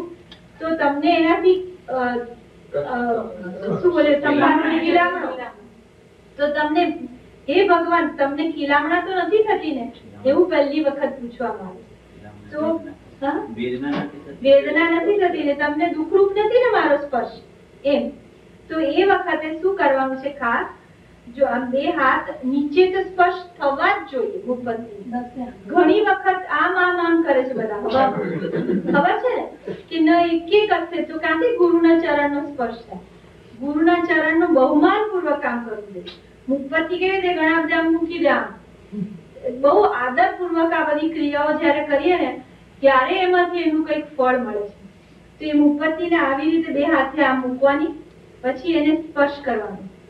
આવી રીતના બધા આપણી 10 આંગળીઓનો સ્પર્શ કરી અને પછી બધી 10 ઉપર મસ્તક ઉપર અડવી જ જોઈએ. અહીંયા આડે તો તમને શક્તિ મળતી હોય ને એવું તમને અનુભવ, ગુરુ ચરણમાંથી શક્તિ મળતી હોય એવો અનુભવ થશે. ત્યાં પણ સ્પર્શવી જોઈએ બરોબર, અને સીધી પછી ઉપર પણ સ્પર્શવી જોઈએ. તો આમાં બે અક્ષરની વાત છે, અહો કાયમ અને કાય. હવે બીજા આવર્તમાં આ કેટલા આવર્ત થયા કહેવાય? 3. હવે બીજા 3 કરશું એટલે 6, અને 2 વાંદરામાં મળીને કેટલા થશે? 12. એટલે 12 આવર્તમાં હવે 3 અક્ષર વાળા જત્તા ભે, જવણી અને જવણી જન જભે, ડબલ જ છે ને પાછળ. એટલે ઘણા શું બોલે છે? જબ્વાણી. ખબર નહીં કેમ, ઘણી વખત સાંભળ્યું છે ઇન્ડિયામાં પણ. જત્તા ભે જબ્વાણી, જવ્વાણી પણ નથી, જવણી છે. જવણી જ પેલો જ જોડાક્ષર છે ને, એટલે જવણી જન જભે. હવે આની અંદર ખાસ છે ને, આ બેસતા પહેલા ખબર 17 સંડાસ આવે, એ ખબર છે બધાને? એ આપણે જો કાલે સમય હશે તો આપણે કરશું. 17 સંડાસા એટલે શું? જેટલા સાંધા છે ને આપણા, એ બધા પૂંજી કરીને બેસવાનું છે. આજે આ બેસો, એક ખમાસણું આપો ને, ઈચ્છાની ખમાસણું, સાદું ખમાસણું, ત્યારે પણ 17 જગ્યાએ પૂંજવાનું છે. 17 ઠેકાણે ચરવડાથી, ખબર છે? તો એ એક સમય હશે તો, નહીં તો પછી આપણો આખો વિષય પતશે પછી આપણે કરશું. તો આની અંદર જત આવે, જત. હવે એ વખતે શું કરશો? જત પછી તા વચ્ચે આવે ને તો હાથ સીધા કરી દેવાના, સીધા. જત તા વખતે સીધા બે હાથ પણ વચ્ચે અટકવાનું. જત તા ને 2 વખતે ટચ કરવાનું. જ વ ણી જન ચ ભે. થયું? 12 આવર્ત થઈ ગયા. કોઈને કઈ પૂછવું છે? હા, કે એમાં ભે એટલે આપને, જત્તા એટલે યાત્રા, સંયમ યાત્રા, સુખપૂર્વક જાય છે. જવણી જંચભે એટલે તમારી ભે એટલે આપની યાત્રા. પહેલા આપણે કીધું કે હું તમને સ્પર્શ કરું છું તો આપને કોઈ તકલીફ નથી ને હવે આપની સુખશાતા પૂછે છે. એ આપણી જે સંયમ યાત્રા છે તો એ સુખપૂર્વક વર્તે છે ને, એમ સુખશાતા પૂછે છે. બેન આ સમજાવો. અહો કાયમ કાય. અહો કાય એટલે શું? નીચેનો ભાગ. અધો કાય, અધો કહેવાય ને નીચેનો. એની કાયાને મારી કાયા વડે હું સ્પર્શું છું. સંપાસન ખમણી જો એટલે મને હું ખમાવું છું, તમને મને ખમજો કહીએ ને, મન બેર વિથ મી, એમ ખમણી જો ખમણી લાગો. જો કદાચ તમને દુઃખ થાય તો બેર વિથ મી, હું આપના ચરણને સ્પર્શ કરું છું. ખ્યાલ આવ્યો? વેદોના પ્રતિક્રમણમાં સાધ્વીજી શિષ્ય હોય એ એમના ગુરુને વખતે અટે છે? ના, એ લોકો છે ને થોડો ફરક શું છે તમને કહું. સાધ્વીજી સાથે આપણે કર્યું કદાચ ન હોય એટલે આમાં ડિફરન્સ શું હોય છે? સાધ્વીજી ભગવાન તો એમની મુપત્તિ નીચે નથી મૂકતા, એ લોકો અહીંયા ઘૂંટણ ઉપર મૂકે છે. આટલો ફરક છે. એ લોકો ઘૂંટણ ઉપર મૂકે છે અને પછી ચરવડા ઉપર આ પ્રમાણે કરે છે. આટલો ફરક છે. હવે 4 શીર્ષ નમન એટલે હવે અહીંથી રમવાનું છે. એનું કારણ શું? મને એક કારણ થોડુંક બેસે છે પણ હવે એનાથી શું થાય આપણામાં પ્રશ્ન થઈ જાય એવું છે. એટલે હવે એવું છે મુપત્તિ જે પરિલેહન કરીએ છીએ ને આપણે એમાં જે છેલ્લા બોલ છે ને પૃથ્વીકાય અમકાય દેવકાય ની જયણા કરવું અને વાવુકાય વનસ્પતિકાય એ શેનાથી કરવાની? મુપત્તિથી કરવાની. ચરવડા.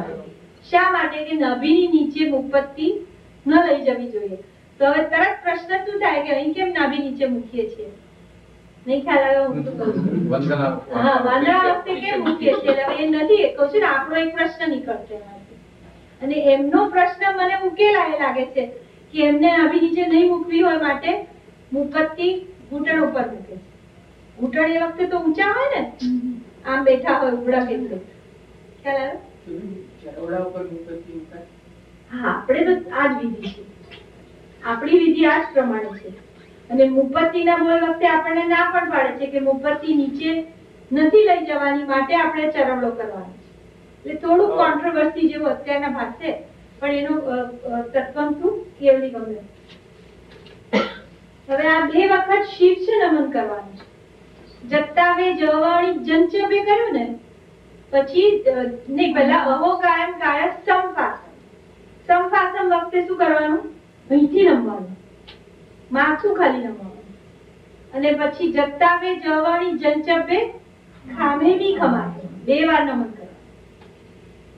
હવે પછી ગુપ્તી મન અને વચન અને કાયાની એકાગ્રતા રાખવાની. પછી 2 વાર પ્રવેશ નિસિહી બોલીએ છે ને, જે નિસિહી ખબર છે? નિસિહી પછી અહો કાયમ કરીએ એટલે 2 વાર અંદર જવાનું અને નીકળવાનું એક જ વાર હોય છે. પહેલા વાંદણા વખતે આવસ્યા, બરોબર? જો સાંભળશો ને તો 2 વાંદણામાં એક જ અક્ષરનો ફરક આવે છે. આવસ્યા એટલે તમારે પૂંજીને બહાર જવાનું. પેલા જે અવગ્રહમાં અંદર ગયા હતા ને એ હવે શું કરવાનું છે? તમારે બહાર નીકળવાનું. ને પછી બીજી વખત અંદર જવાનું પણ બહાર નીકળવાનું નથી. એટલે નિષ્ક્રમણ એટલે આવસ્યા કેટલી વાર? એક જ વાર. કઈ પૂછવું છે?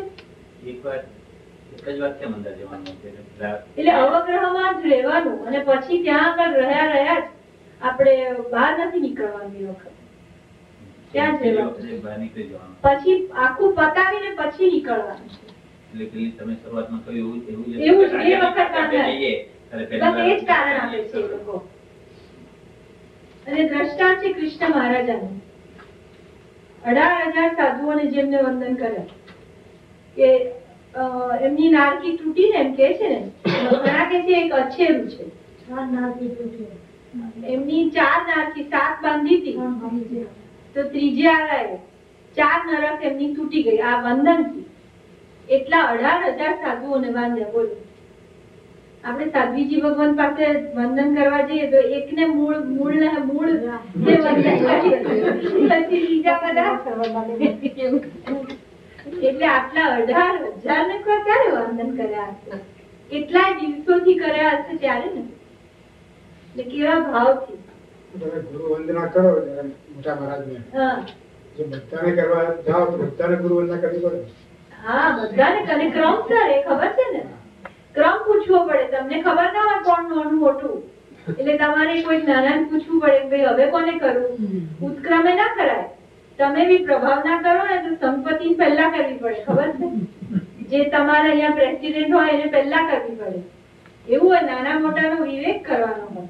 અમારે ત્યાં સંત ટ્રસ્ટીઓ પહેલા કરે સંશોધન. જે ટ્રસ્ટીઓ હોય એને પહેલા ઉચિત તો જાળવવું જ જોઈએ ને. એવી રીતે કૃષ્ણ મહારાજ રીતે કરેલા વંદન આ રીતે એટલે કે આ લોભું થયું એવા વંદન કહેવાય છે આવા દ્વાદશાવર્ત વંદન કર્યું એવું સાંભળવામાં આવ્યું છે. એટલે આવા વંદન કરે. બેન એમાં એવું હતું જે 18,000 ને કહે ને વંદન, હાજી, એ જે આચાર્ય જે બધા હોય ને હા, એને બધાને કહી અને આજુબાજુના બધાને પિત્તા વંદન. બસ આમ એમ કરી 18,000 ને કહી આપણે. એવું આવે છે. હા હા એવું છે. તમારે વાંચવામાં આવ્યું છે એવું? અમારે તો દ્વાદશાવર્ત વંદનનું વાંચ્યું છે, નહીં? તમારે શું આવ્યું છે? અમે તો પિષ્ટાવંદન નથી વાંચ્યું. હવે આચાર્યને વંદન કરે અને બાકી આજુબાજુ બેઠા હોય ને લાવી વિલાપ તવે. મેં તો દ્વાદશાવર્ત વંદન એટલે સાદું વંદન પણ નહીં, પણ આવા 25 આવશ્યક વાળું વંદન એમ કરીને તે છતાં આપણે ડબલ ચેક કરશું. ત્રણ બાકી કોઈને કઈ પછી પછી ભગવાનને કહે છે પછી છે ને એક મિનિટ, કૃષ્ણ મહારાજ શું કરે છે? હાશ કે છે. 18,000 ને વંદન થઈ ગયા ને પછી શું બોલ્યા? હાશ. પ્રતિક્રમણ પછી પણ આપણને શું લાગે? હાશ તપસ્વી થઈ ગઈ. તો એ હાશ જો ભૂલે ચૂકે બોલતા નહીં. જો એમને શું થયું? એમને શું થયું કે નેમનાથ ભગવાને કીધું કે હવે તમે આટલા વંદન કર્યા ને અને હાશ ન બોલ્યા હોત ને તો સાતે નરક તૂટી ગઈ હોત. પણ એ હાશ બોલ્યા ને એટલે શું થયું? 3 રહી નરક. એટલે કે હું હવે ફરીને વાંધું. એટલું કે છે હવે હું ફરીથી વાંધું બધાને કે હવે ના તૂટે. એટલે હવે ચોક્કસ કરી પછી હાશ નહીં કરવાની. બાકીની ત્રણ મીઠા ચીજ હતી એટલે જે રીતે જ થયું એમ. બરાબર છે. પણ આ તો સજ્જાઈમાં કેવી રીતે આવે છે કે ફરીને હું વાંધું, પણ એ તો નથી જ જવાનું. અવસર જતો રહ્યો. કોઈને હા શું પૂછવું હતું? બેન લોકો સાહેબ બોલે કે ચંદ્રેશ્વર નિર્મલ આયરા સુધી બોલવાનું ઘણા કહે છે પ્રતિક્રમણ. હા, એ છે ને કૌશકમાં આપણે જોશું એનું કારણ કે કૌશકમાં જુદા જુદા બોલીએ છે. એકવાર આપણે સાગરવર ગંભીરા સુધી, એકમાં સંપૂર્ણ અને એકમાં ચંદ્રેશ્વર નિર્મલ આયરા. તો ત્રણેય વખતના શ્વાસોશ્વાસ ગણવાના આવશે ને, એટલે આપણું કૌશક આવશ્યક આવશે ને આગળનું. કૌશક આવશ્યક આવવાનું એમાં વિચારવાના છે. એમાં આપણા શ્વાસોશ્વાસ ની ગણતરી જેટલી જોઈએ છે એટલે ત્યાં અટકવાનું છે.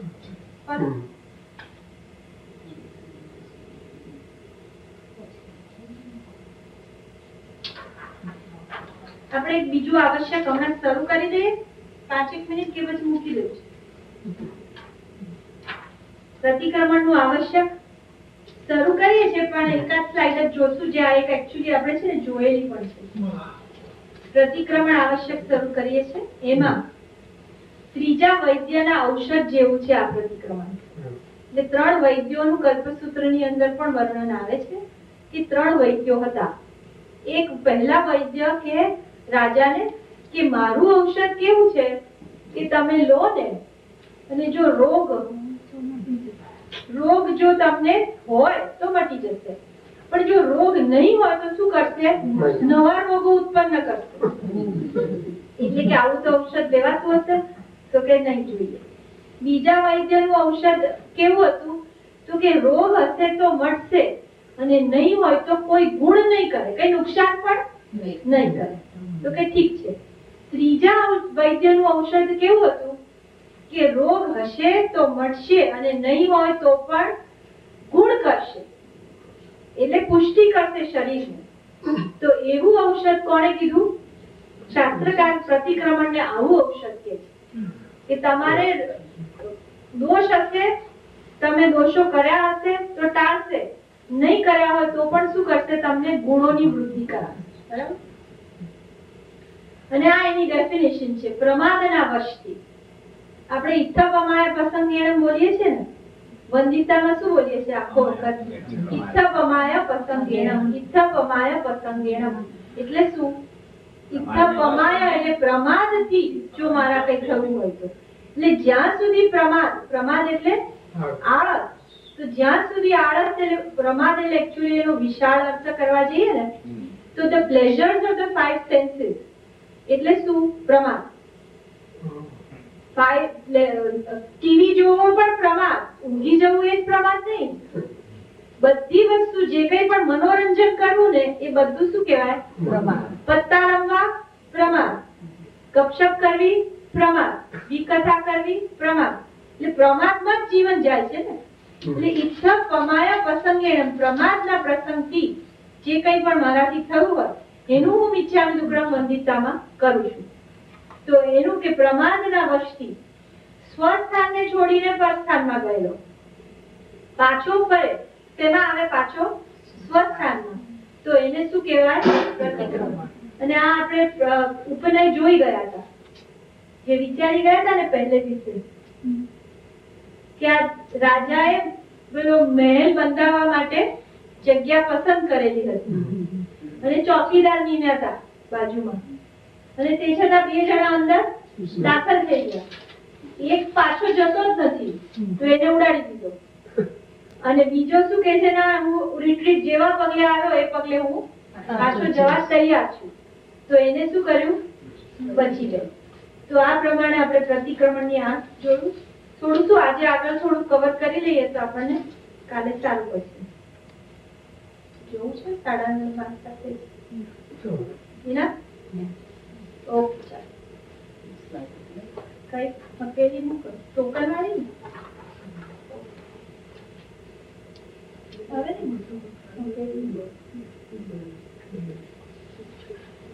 ટોકન આપે છે. વિતરાગની આજ્ઞા વિરુદ્ધ કઈ પણ કહેવાયું હોય તો મન વચન કાયાથી ત્રિવિધે ઈચ્છાનું. સર્વમંગલ માંગલ્યમ સર્વ કલ્યાણ કારણમ પ્રદાનમ સર્વ ધર્માણમ જય.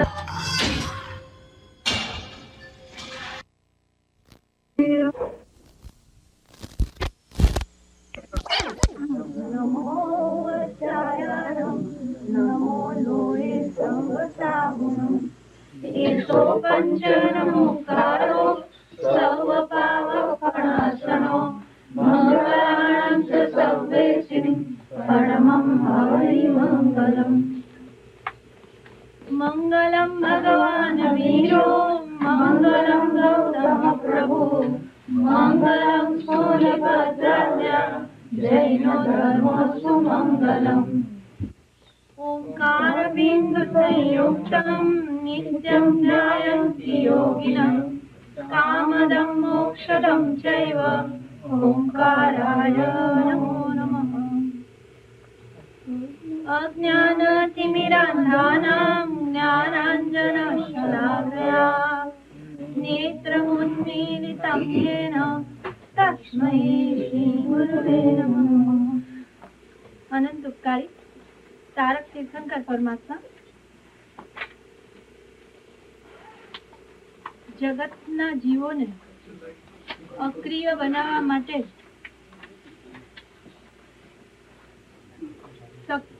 ક્રિયામાં પ્રવૃત્તિશીલ બનવું જોઈએ. ક્રિયાનું મહત્વ આજે ઘણું ઘટતું ગયું છે. તો આ સુબોધ પ્રબોધ ટીકા બહુ ઓથેન્ટિક ગ્રંથ છે. આપણા પ્રતિક્રમણ સૂત્રના અર્થ આમાં બહુ સારી રીતે આપેલા છે. તો એમાંથી 2-3 પંક્તિઓ મારે વાંચવી છે. પ્રબોધ ટીકા પહેલો ભાગ, 3 ભાગ છે. આપણા પ્રતિક્રમણ સૂત્રોના અર્થ આમાં બહુ સારી રીતે લખ્યા છે. ઇટ્સ અ ઓથેન્ટિક ગ્રંથ. પ્રતિક્રમણની ક્રિયા અને તે માટેનું જ્ઞાન તત્વજ્ઞાનના અર્થીને જો નિરર્થક લાગતું હોય તો તે તત્વજ્ઞાનનો સાચો અર્થી જ નથી, પરંતુ તત્વજ્ઞાનના નામે કોઈ જુદું જ જ્ઞાન મેળવવાનો પીપાસુ છે. જે જ્ઞાન શાસ્ત્રકારોની દ્રષ્ટિએ કેવળ બોજારૂપ છે અને પ્રમાદને પોષવારૂપ છે, અથવા અહંકારાદિની વૃદ્ધિ રૂપ બનવા માટેનો મોટો સંભવ છે.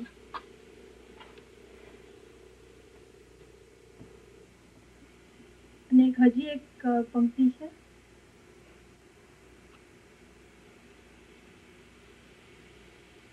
શંકા કરે છે ગ્રંથકાર પોતે, પ્રતિક્રમણની ક્રિયા ઘણી લાંબી અને કંટાળા ભરેલી હોય. તેના સૂત્રોનો અર્થ જેઓ જાણતા હોતા નથી તેઓની આગળ એ સૂત્રોને બોલી જવાથી કોઈ પણ પ્રકારનો ભાવ જાગતો નથી. તો એનું સમાધાન કરે છે. પ્રતિક્રમણની ક્રિયા ઘણી લાંબી અને કંટાળા ભરેલી છે એમ કહેનાર કાં તો ધર્મ માટે ક્રિયાની આવશ્યકતા બિલકુલ માનતો ન હોય, અથવા માત્ર વાતો કરવાથી જ ધર્મ સિદ્ધ થઈ શકે છે એવી ખોટી શ્રદ્ધા ધારણ કરતો હોય, પરંતુ એ ઉભય પ્રકારની માન્યતા યોગ્ય નથી. ઉભય એટલે બંને પ્રકારની. ધર્મનો પ્રાણ ક્રિયા છે. અને વળી એક બીજું કારણ આપ્યું કે આ સમયમાં જે પ્રતિક્રમણનો સમય છે એમાં બીજી કોઈ પણ લૌકિક કાર્યો પણ કરાતા નથી, અને માટે એ વખતે શું મૂકી દીધું? પ્રતિક્રમણ. ઉભય સંધ્યાએ તે કર્તવ્ય હોવાથી તથા તે સમયે લૌકિક કાર્યો લોક સ્વભાવથી જ કરાતા નહીં હોવાથી નિરર્થક જતો કાળ, એટલે વેસ્ટ જવાનો હતો ટાઈમ, તેનો એ કાળને સાર્થક કરી લેવાનો પણ તે અપૂર્વ ઉપાય છે. જ્ઞાનાભ્યાસ માટે પણ તે કાળ અસજ્જાયનો, એટલા માટે આ રીતનું કર્યું છે. જ્ઞાન અભ્યાસ માટે પણ સંધ્યા સમય છે ને, એટલે જ્ઞાન અભ્યાસ પણ ના કરે. અને લૌકિક કાર્યો પણ ઘણા, મેં નતું કહ્યું 2 કાંટા ભેગા થાય ને એટલે 12 વાગે ને, એટલે ઘણા લોકો લૌકિક કાર્યો પણ ના કરે. એટલે જે તમારે સાંસારિક કાર્યો હોય ને એ પણ કે કામ બગડે એવું જ કહેવાય. એટલે સંધ્યા સમયે શું થાય, આમ એમે ફિઝુલ જવાનો ટાઈમ, એના માટે આમ મૂક્યું છે. આપણે આગળ જઈએ. અત્યાર સુધી આપણે સામાય 2400 વંદન આટલું વિચાર્યું છે, અને ગઈકાલે પ્રતિક્રમણ ની વ્યાખ્યા કરીને આગળ આપણે વિચારણા હવે આજે કરશું. પ્રતિક્રમણ થી કયા પાપ ધોવાય એ વિચારવું છે. પાપના 4 પ્રકારના એ સ્વરૂપ કીધા છે. એક છે સ્પૃષ્ટ પાપ, એક છે બદ્ધ પાપ, એક છે નિધત્ત અને એક છે નિકાચ. હવે સ્પૃષ્ટ પાપનો આપણે દ્રષ્ટાંત સાથે દાખલો લઈએ. ત્યારે હું શું કરશું? 100 નો એક ઢગલો છે. એ 100 નો ઢગલો તમે હાથ અડાડો એટલે શું થાય? બધી છૂટી પડી જાય ને. એટલે 100 નો ઢગલો કોના, વોટ ડઝ ઇટ રેપ્રેઝન્ટ? પાપ. આપણું પાપનો જે ઢગલો છે એ કોના જેવો છે? જાણે 100 નો ઢગલો કર્યો હોય અને સેજ અડો તો બધી છૂટી પડી જાય ને. એટલે આને શું કહેવાય? સ્પૃષ્ટ. સ્પૃષ્ટ પાપ કે માત્ર અડીને જ રહ્યું છે, તમે આમ સેજ ધક્કો મારો એટલે છૂટું પડી જાય. એટલે એ સ્પૃષ્ટ એટલે અડવાથી. અને દાખલો કોનો છે? પ્રસન્નચંદ્ર રાજર્ષિ, જે એક ક્ષણમાં શું પામ્યા? નરકમાં જવાના હતા. નરકના દળિયા બાંધ્યા અને પછી બીજી ક્ષણે પસ્તાવો કર્યો, અને પછી સીધા ક્યાં જવાનું થયું? સર્વાર્થ સિદ્ધ, અને પછી કેવળ જ્ઞાન. એટલે નરકના દળિયા બાંધ્યા ત્યારે પણ સ્પષ્ટ જ હતું. હા, એ બધું સ્પષ્ટ હતું. એ જે પાપ એમને બાંધ્યું ને, નિકાચિત નહોતું બાંધ્યું. એટલે સ્પૃષ્ટ હતું, માટે તરત જ ખરી ગયું. હવે આ દ્રષ્ટાંત શાસ્ત્રોકારે જ આપેલા છે, અને દ્રષ્ટાંત પણ, અને આ જે 100 ના ઢગલાનું દ્રષ્ટાંત પણ છે એ આપણે નથી આપેલું, શાસ્ત્રકારોએ આપેલું છે. હવે પેલી બાજુ બદ્ધ. એ જ 100 નો ઢગલો જો દોરાથી બાંધી દીધો હોય, દોરા વડે બાંધ્યો હોય, તો કેવું થાય કે ભાઈ તમે અડવા જાવ તો કઈ છૂટા નહીં પડે, પણ શું કરવું પડશે? ખાલી દોરો છૂટો પાડવો પડશે. આટલી જ મહેનત કરવી પડશે, પણ કઈ વિશેષ મહેનત કરવાની નથી. તો એની અંદર દ્રષ્ટાંત કોનું આપ્યું? તો કે મૃગાવતીજી, અને બીજું કોનું? અયમુત્તા મુનિ. મૃગાવતીજી રાતના સમવસરણમાંથી મોડા આવ્યા ઉપાશ્રયમાં, તો ગુરુણીજીએ એટલે આપણા ચંદનવાળાજીએ ઠપકો આપ્યો કે આટલા કુલીન સાધ્વીજીને આવું રાતના આવવું શું ઘટે છે? શોભે છે? આટલું કહેવા માત્રથી શું થયું? એમને પસ્તાવો થયો, અને પસ્તાવો કરતા કરતા પોતે છોડી નાખ્યા અને કેવળ જ્ઞાન મેળવ્યું. એટલે એ કોનો દાખલો થયો? બદ્ધ. અને અયમુત્તાજી એટલે કારણ બદ્ધ શા માટે? કે ગુરુણીનો ઠપકો આવ્યો, સ્વયં નથી થયું. પ્રસન્નચંદ્ર રાજર્ષિમાં ફરક શું થયો? કોઈએ કીધું જ નથી, એમના મનથી જ એમને થયું, પસ્તાવો થયો. આ તો ઠપકો સાંભળીને પછી એમ થયું કે ના, મેં ખોટું કર્યું. અને અયમુત્તાજીને પણ ઠપકો મળ્યો ને, કે એમને પણ પાણીની અંદર, સાધુ હોવા છતાં પાણીની અંદર શું તરાવ્યું? તરપણી મૂકી. જાણે બધા છોકરાઓ હોળી તરાવે છે, તો હું શું તરાવું? મારી લાકડાની તરપણી, એટલે પાણી વાપરવાનું એમનું પાત્ર. તો એ તરાવ્યું, ઠપકો મળ્યો કે આવું સાધુથી ના કરાય. એટલે તરત જ પછી પાછું ઈર્યાવહી પડી કમતા શું પામ્યા? કેવળ જ્ઞાન. તો આ બંને પ્રકારના પાપ ના દ્રષ્ટા જણાવ્યા.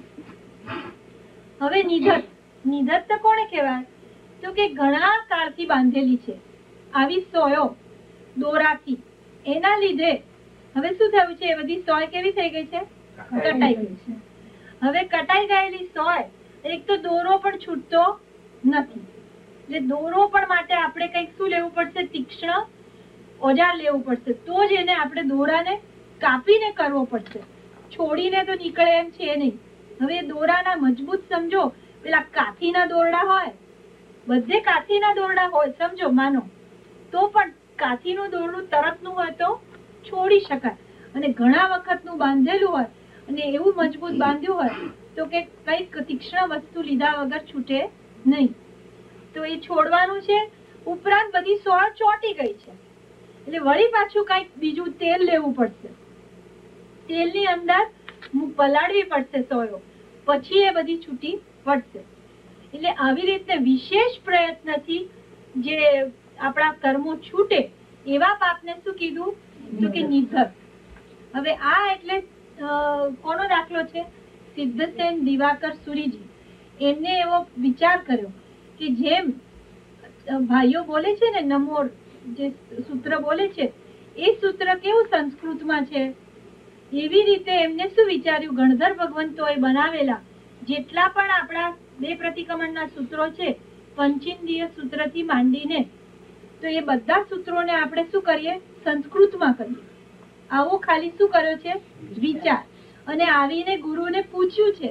પૂછ્યા વગર કરવા નથી માંડ્યું, પણ આવીને ગુરુનું પૂછ્યું ને તો પણ શું થયું? ગુરુએ પ્રાયશ્ચિત આપ્યું. કેવું પ્રાયશ્ચિત ખબર છે? એને કહેવાય પારાંચિત પ્રાયશ્ચિત. એટલે કે શું? ઉત્કૃષ્ટથી 12 વર્ષ ગુપ્ત વેશે રહેવાનું. એટલે ગુપ્ત વેશે એટલે ઓગો મૂકીને જવાનું, અને પછી સાધુ છે એમ બતાવવાનું નહીં, અને કોઈ એક મોટા રાજાને પ્રતિબોધ કરવાનું, અને પછી સંયમ પાછું લેવાનું. આવી આકરી સજા. હવે આના ઉપરથી મારે 2 વાત કહેવી છે કે ગણધરોના સૂત્રો નું ટ્રાન્સલેશન કરવાનો જો વિચાર માત્રથી આટલું મોટું પ્રાયશ્ચિત મળે તો વિચાર કરો કેટલી મહાનતા છે. આ સૂત્રોની કેટલી મહાનતા છે. આ મંત્રાક્ષરો છે. અને બીજું શું છે કે અત્યારના આ વલણ ચાલી રહ્યું છે. That is why I want to talk about it. કે બધા ઇંગ્લિશ બનાવવાનું સોચે છે ને, કે ઇંગ્લિશ પ્રતિક્રમણ, I bow to Adinath and I bow to Ajitnath. આ લોગસ્થ બને છે, ખબર છે ને? તો આ જે કરી રહ્યું છે એનું શું થશે? અને ઇંગ્લિશ પ્રતિક્રમણમાં તમારા બાળકો બેસે છે? અહીંયા થાય છે આ સંઘમાં, ઘણા સંઘમાં શરૂ થઈ ગયું છે કે એક ત્રીજી રૂમમાં શું થાય છે? પ્રાઇવેટ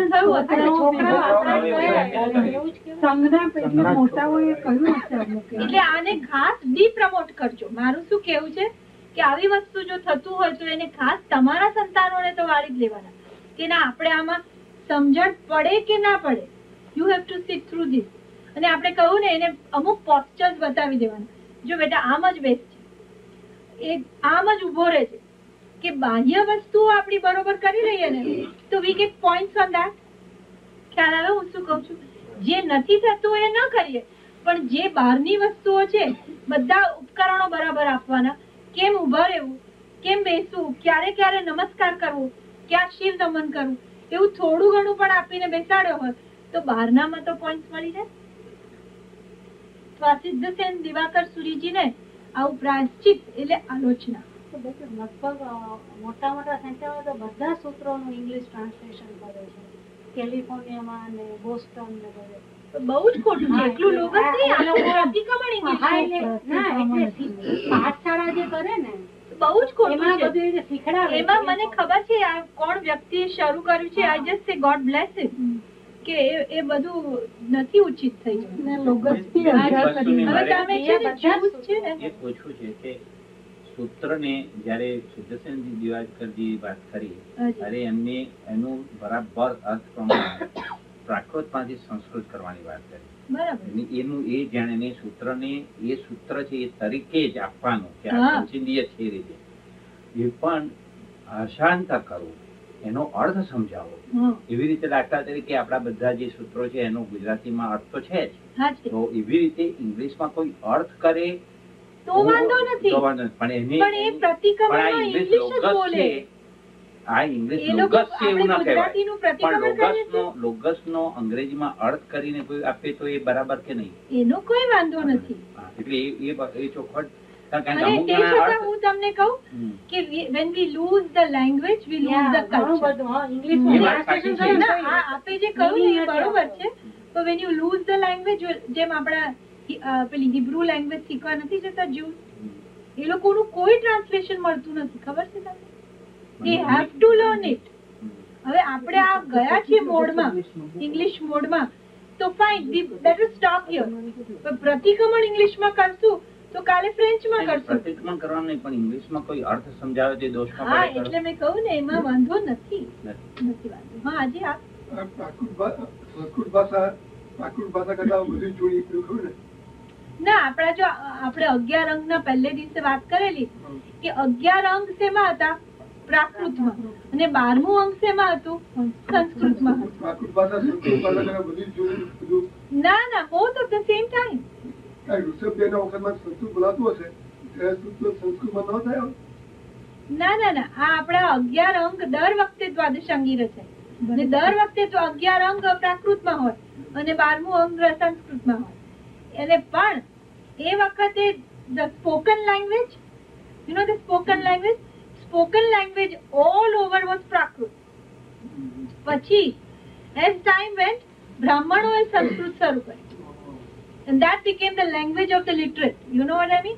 આજે language of the literate is English. એવી રીતે language of the literate was what? Scholars. Scholars ની language કઈ થઈ પછી? સંસ્કૃત. હવે let's not go into that. બેન, એક સવાલ પૂછું? હાજી. તો પ્રતિક્રમણમાં 7 લાખ તો ગુજરાતીમાં છે ને? હા, એ ગણધર રચિત નથી. હા હા, ગંધર. ગણધર રચિત સૂત્રોને એમને દોષ કેમ મળ્યો કે ગણધરોની રચના ઉપર તમે કરેક્શન કરનારા કોણ? ખ્યાલ આવ્યો? To improvise on it or to think that it is not meant for today, એવું જે કરવાનું જે એમને વિચાર આવ્યો ને એના ઉપર એમને પ્રાયોરિટી. હવે ચોથું છે નિકાચિત કર્મ, કે જે શ્રેણિક રાજાએ બાંધ્યું. હવે આની અંદર શું થયું છે? ઘણા વખતથી ખોલ્યો નથી દોરું અને એટલી બધી કાટ લાગી ગઈ છે કે કોઈ પણ તેલમાં નાખો કે ગમે એમાં નાખો એ છૂટી પડવાની નથી. એ શું બની ગયું છે? આખો લોખંડનો પિંડ. હવે એને જો સોય બનાવવી હોય તો શું કરવું પડે? આખો લોખંડનો પિંડ ગાળીને નવી સોય બનાવો તો જ બને, નહીતર ના બને. ખ્યાલ આવ્યો? તો એવું આ નિકાચિત કર્મ કોણે બાંધ્યું? તો કે શ્રેણિક રાજાએ. એમને અને આવું નિકાચિત ક્યારે બંધાય કે પાપ કરીને બહુ આનંદ કરે. એમને એક શિકારનો શોખ, એક તીર માર્યું અને એક હરણીને વિંધી. અને હરણી કેવી હતી? ગર્ભવતી. તો એ ગર્ભ પણ વિંધાઈ ગયું ભેગું અને તરફડતું બચ્ચું બહાર પડ્યું અને બંને જણા મૃત્યુની શરણ થયા. અને આ દ્રશ્ય જોઈને શ્રેણિક રાજા ખૂબ હરખાયા કે હું કેવો બાણાવલી કે મેં એક તીર અને બેના જાન લીધા. આવું એ જોઈને આનંદ માન્યો. ત્યારે એમને નરકના દળિયા બાંધ્યા. આયુષ્યનો બંધ એ વખતે પડ્યો. અનફોર્ચ્યુનેટલી. એટલા માટે અત્યારે શ્રેણિક રાજા ક્યાં છે? નરકમાં છે. અને હવે ભલે પછી તીર્થંકર થશે પણ આ નિકાચિત કર્મ એમને ભોગવવું જ પડે. હવે આપણે શું કહીએ છીએ કે આ 4 માંથી કયા પાપ પ્રતિક્રમણથી ધોવાય? તો માત્ર પહેલા 2, સ્પૃષ્ટ અને બદ્ધ. બસ. નિકાચિત નિધક કેનાથી ધોવાય? તો કે આલોચના. જે ભવ આલોચના લેવાની કીધી ને, બધાએ લીધી છે? બધાએ લીધેલી છે? લેવી જ જોઈએ ભવ આલોચના. કારણ સૂળીની સજા જો 100 થી સરે તો શા માટે ન લેવી? બધાના જીવનમાં કોઈ જાણતા અજાણતા પાપો અવશ્ય થયા હોય છે. એ ભોગવવા છે? ભોગવતા તો અરેરાટી થઈ જશે. એના કરતા અત્યારના તમારે માત્ર કાગળ ઉપર વ્યવસ્થિત લખી અને કોઈ પણ આચાર્ય ભગવંતને જો આપો તો તમને એનો છુટકારો મળે. ઘણી વખત પૈસા વાપરવાનું કે, ઘણી વખત તપસ્યા કે, ઘણી વાર નૌકારવાળી કે, અથવા તમારાથી જે ન થતું હોય એ સ્પષ્ટ રૂપે તમે લખી શકો કે અમારાથી આ વસ્તુ શક્ય નથી, તો એ આલોચનાથી શું ધોવાય? નિધક નામના પાપો. અને એ સિવાયના જો હરખ હરખ કરીને બાંધેલા પાપ છે એ તો ભોગવે જ છૂટકો. સવાલ છે આમાં બે પેલા પ્રસંગ છે પ્રસન્નચંદ્રજીનો અને મૃગાવતીનો મહાવીર સ્વામીના શાસનમાં થયા. અહિમુત્તાજી કયા શાસનમાં? મહાવીર સ્વામી ગૌતમ સ્વામીને ઘરે જમવા નથી, બોરવા નથી લઈ જતા એમના. ચાલ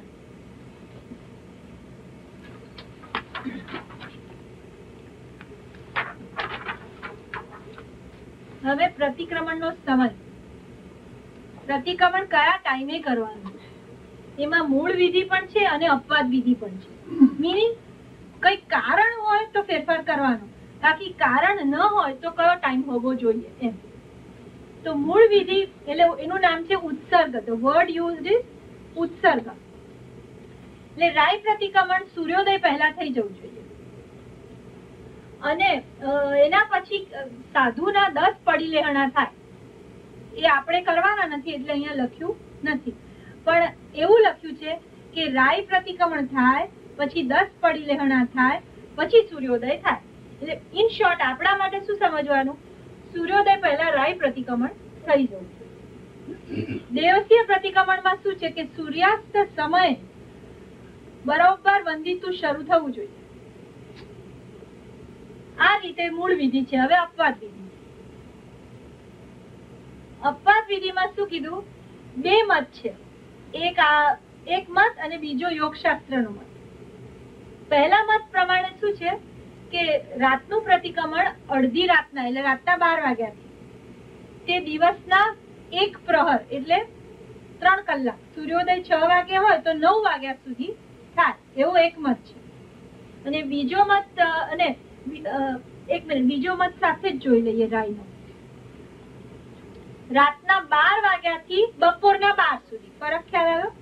પેલો રાતના 12 થી 9 ને આ શું કે છે યોગશાસ્ત્ર? હરિભદ્રેશ્વરી મહારાજ સાહેબ કે છે 12 થી 12. ઓકે. હવે દેવસીનો આ એનું નામ નથી આવતું. એ છે ને પ્રભુદાસ બેચરદાસ પંડિતજી નો આધાર મેં લીધો છે, એમાં આ પ્રમાણે આવે છે. અને દેવસીય પ્રતિક્રમણમાં દિવસના 3જા પ્રહર એટલે 3જા પ્રહરથી રાતના 12 વાગ્યા સુધી પ્રતિક્રમણ થાય. એટલે પૂરું થઈ જવું જોઈએ. 12 વાગ્યા કરવા માંડાય નહીં, 12 વાગ્યા સુધી થઈ જવું જોઈએ. એટલે 11 સુધી બેસો તો ચાલે.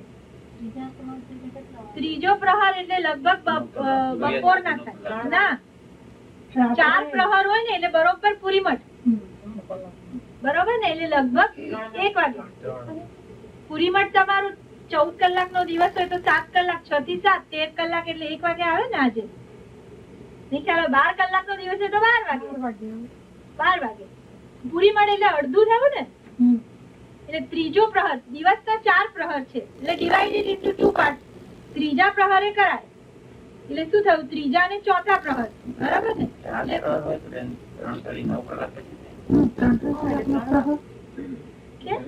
ત્રીજા प्रहर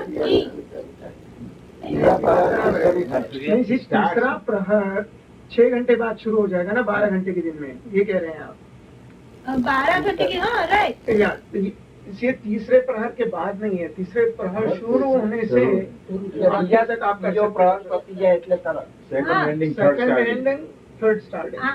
આપ છે ને એવું વિચારો છો ત્રીજા ના પૂરું થયા પછી? હા, રાઈટ. એવું નથી.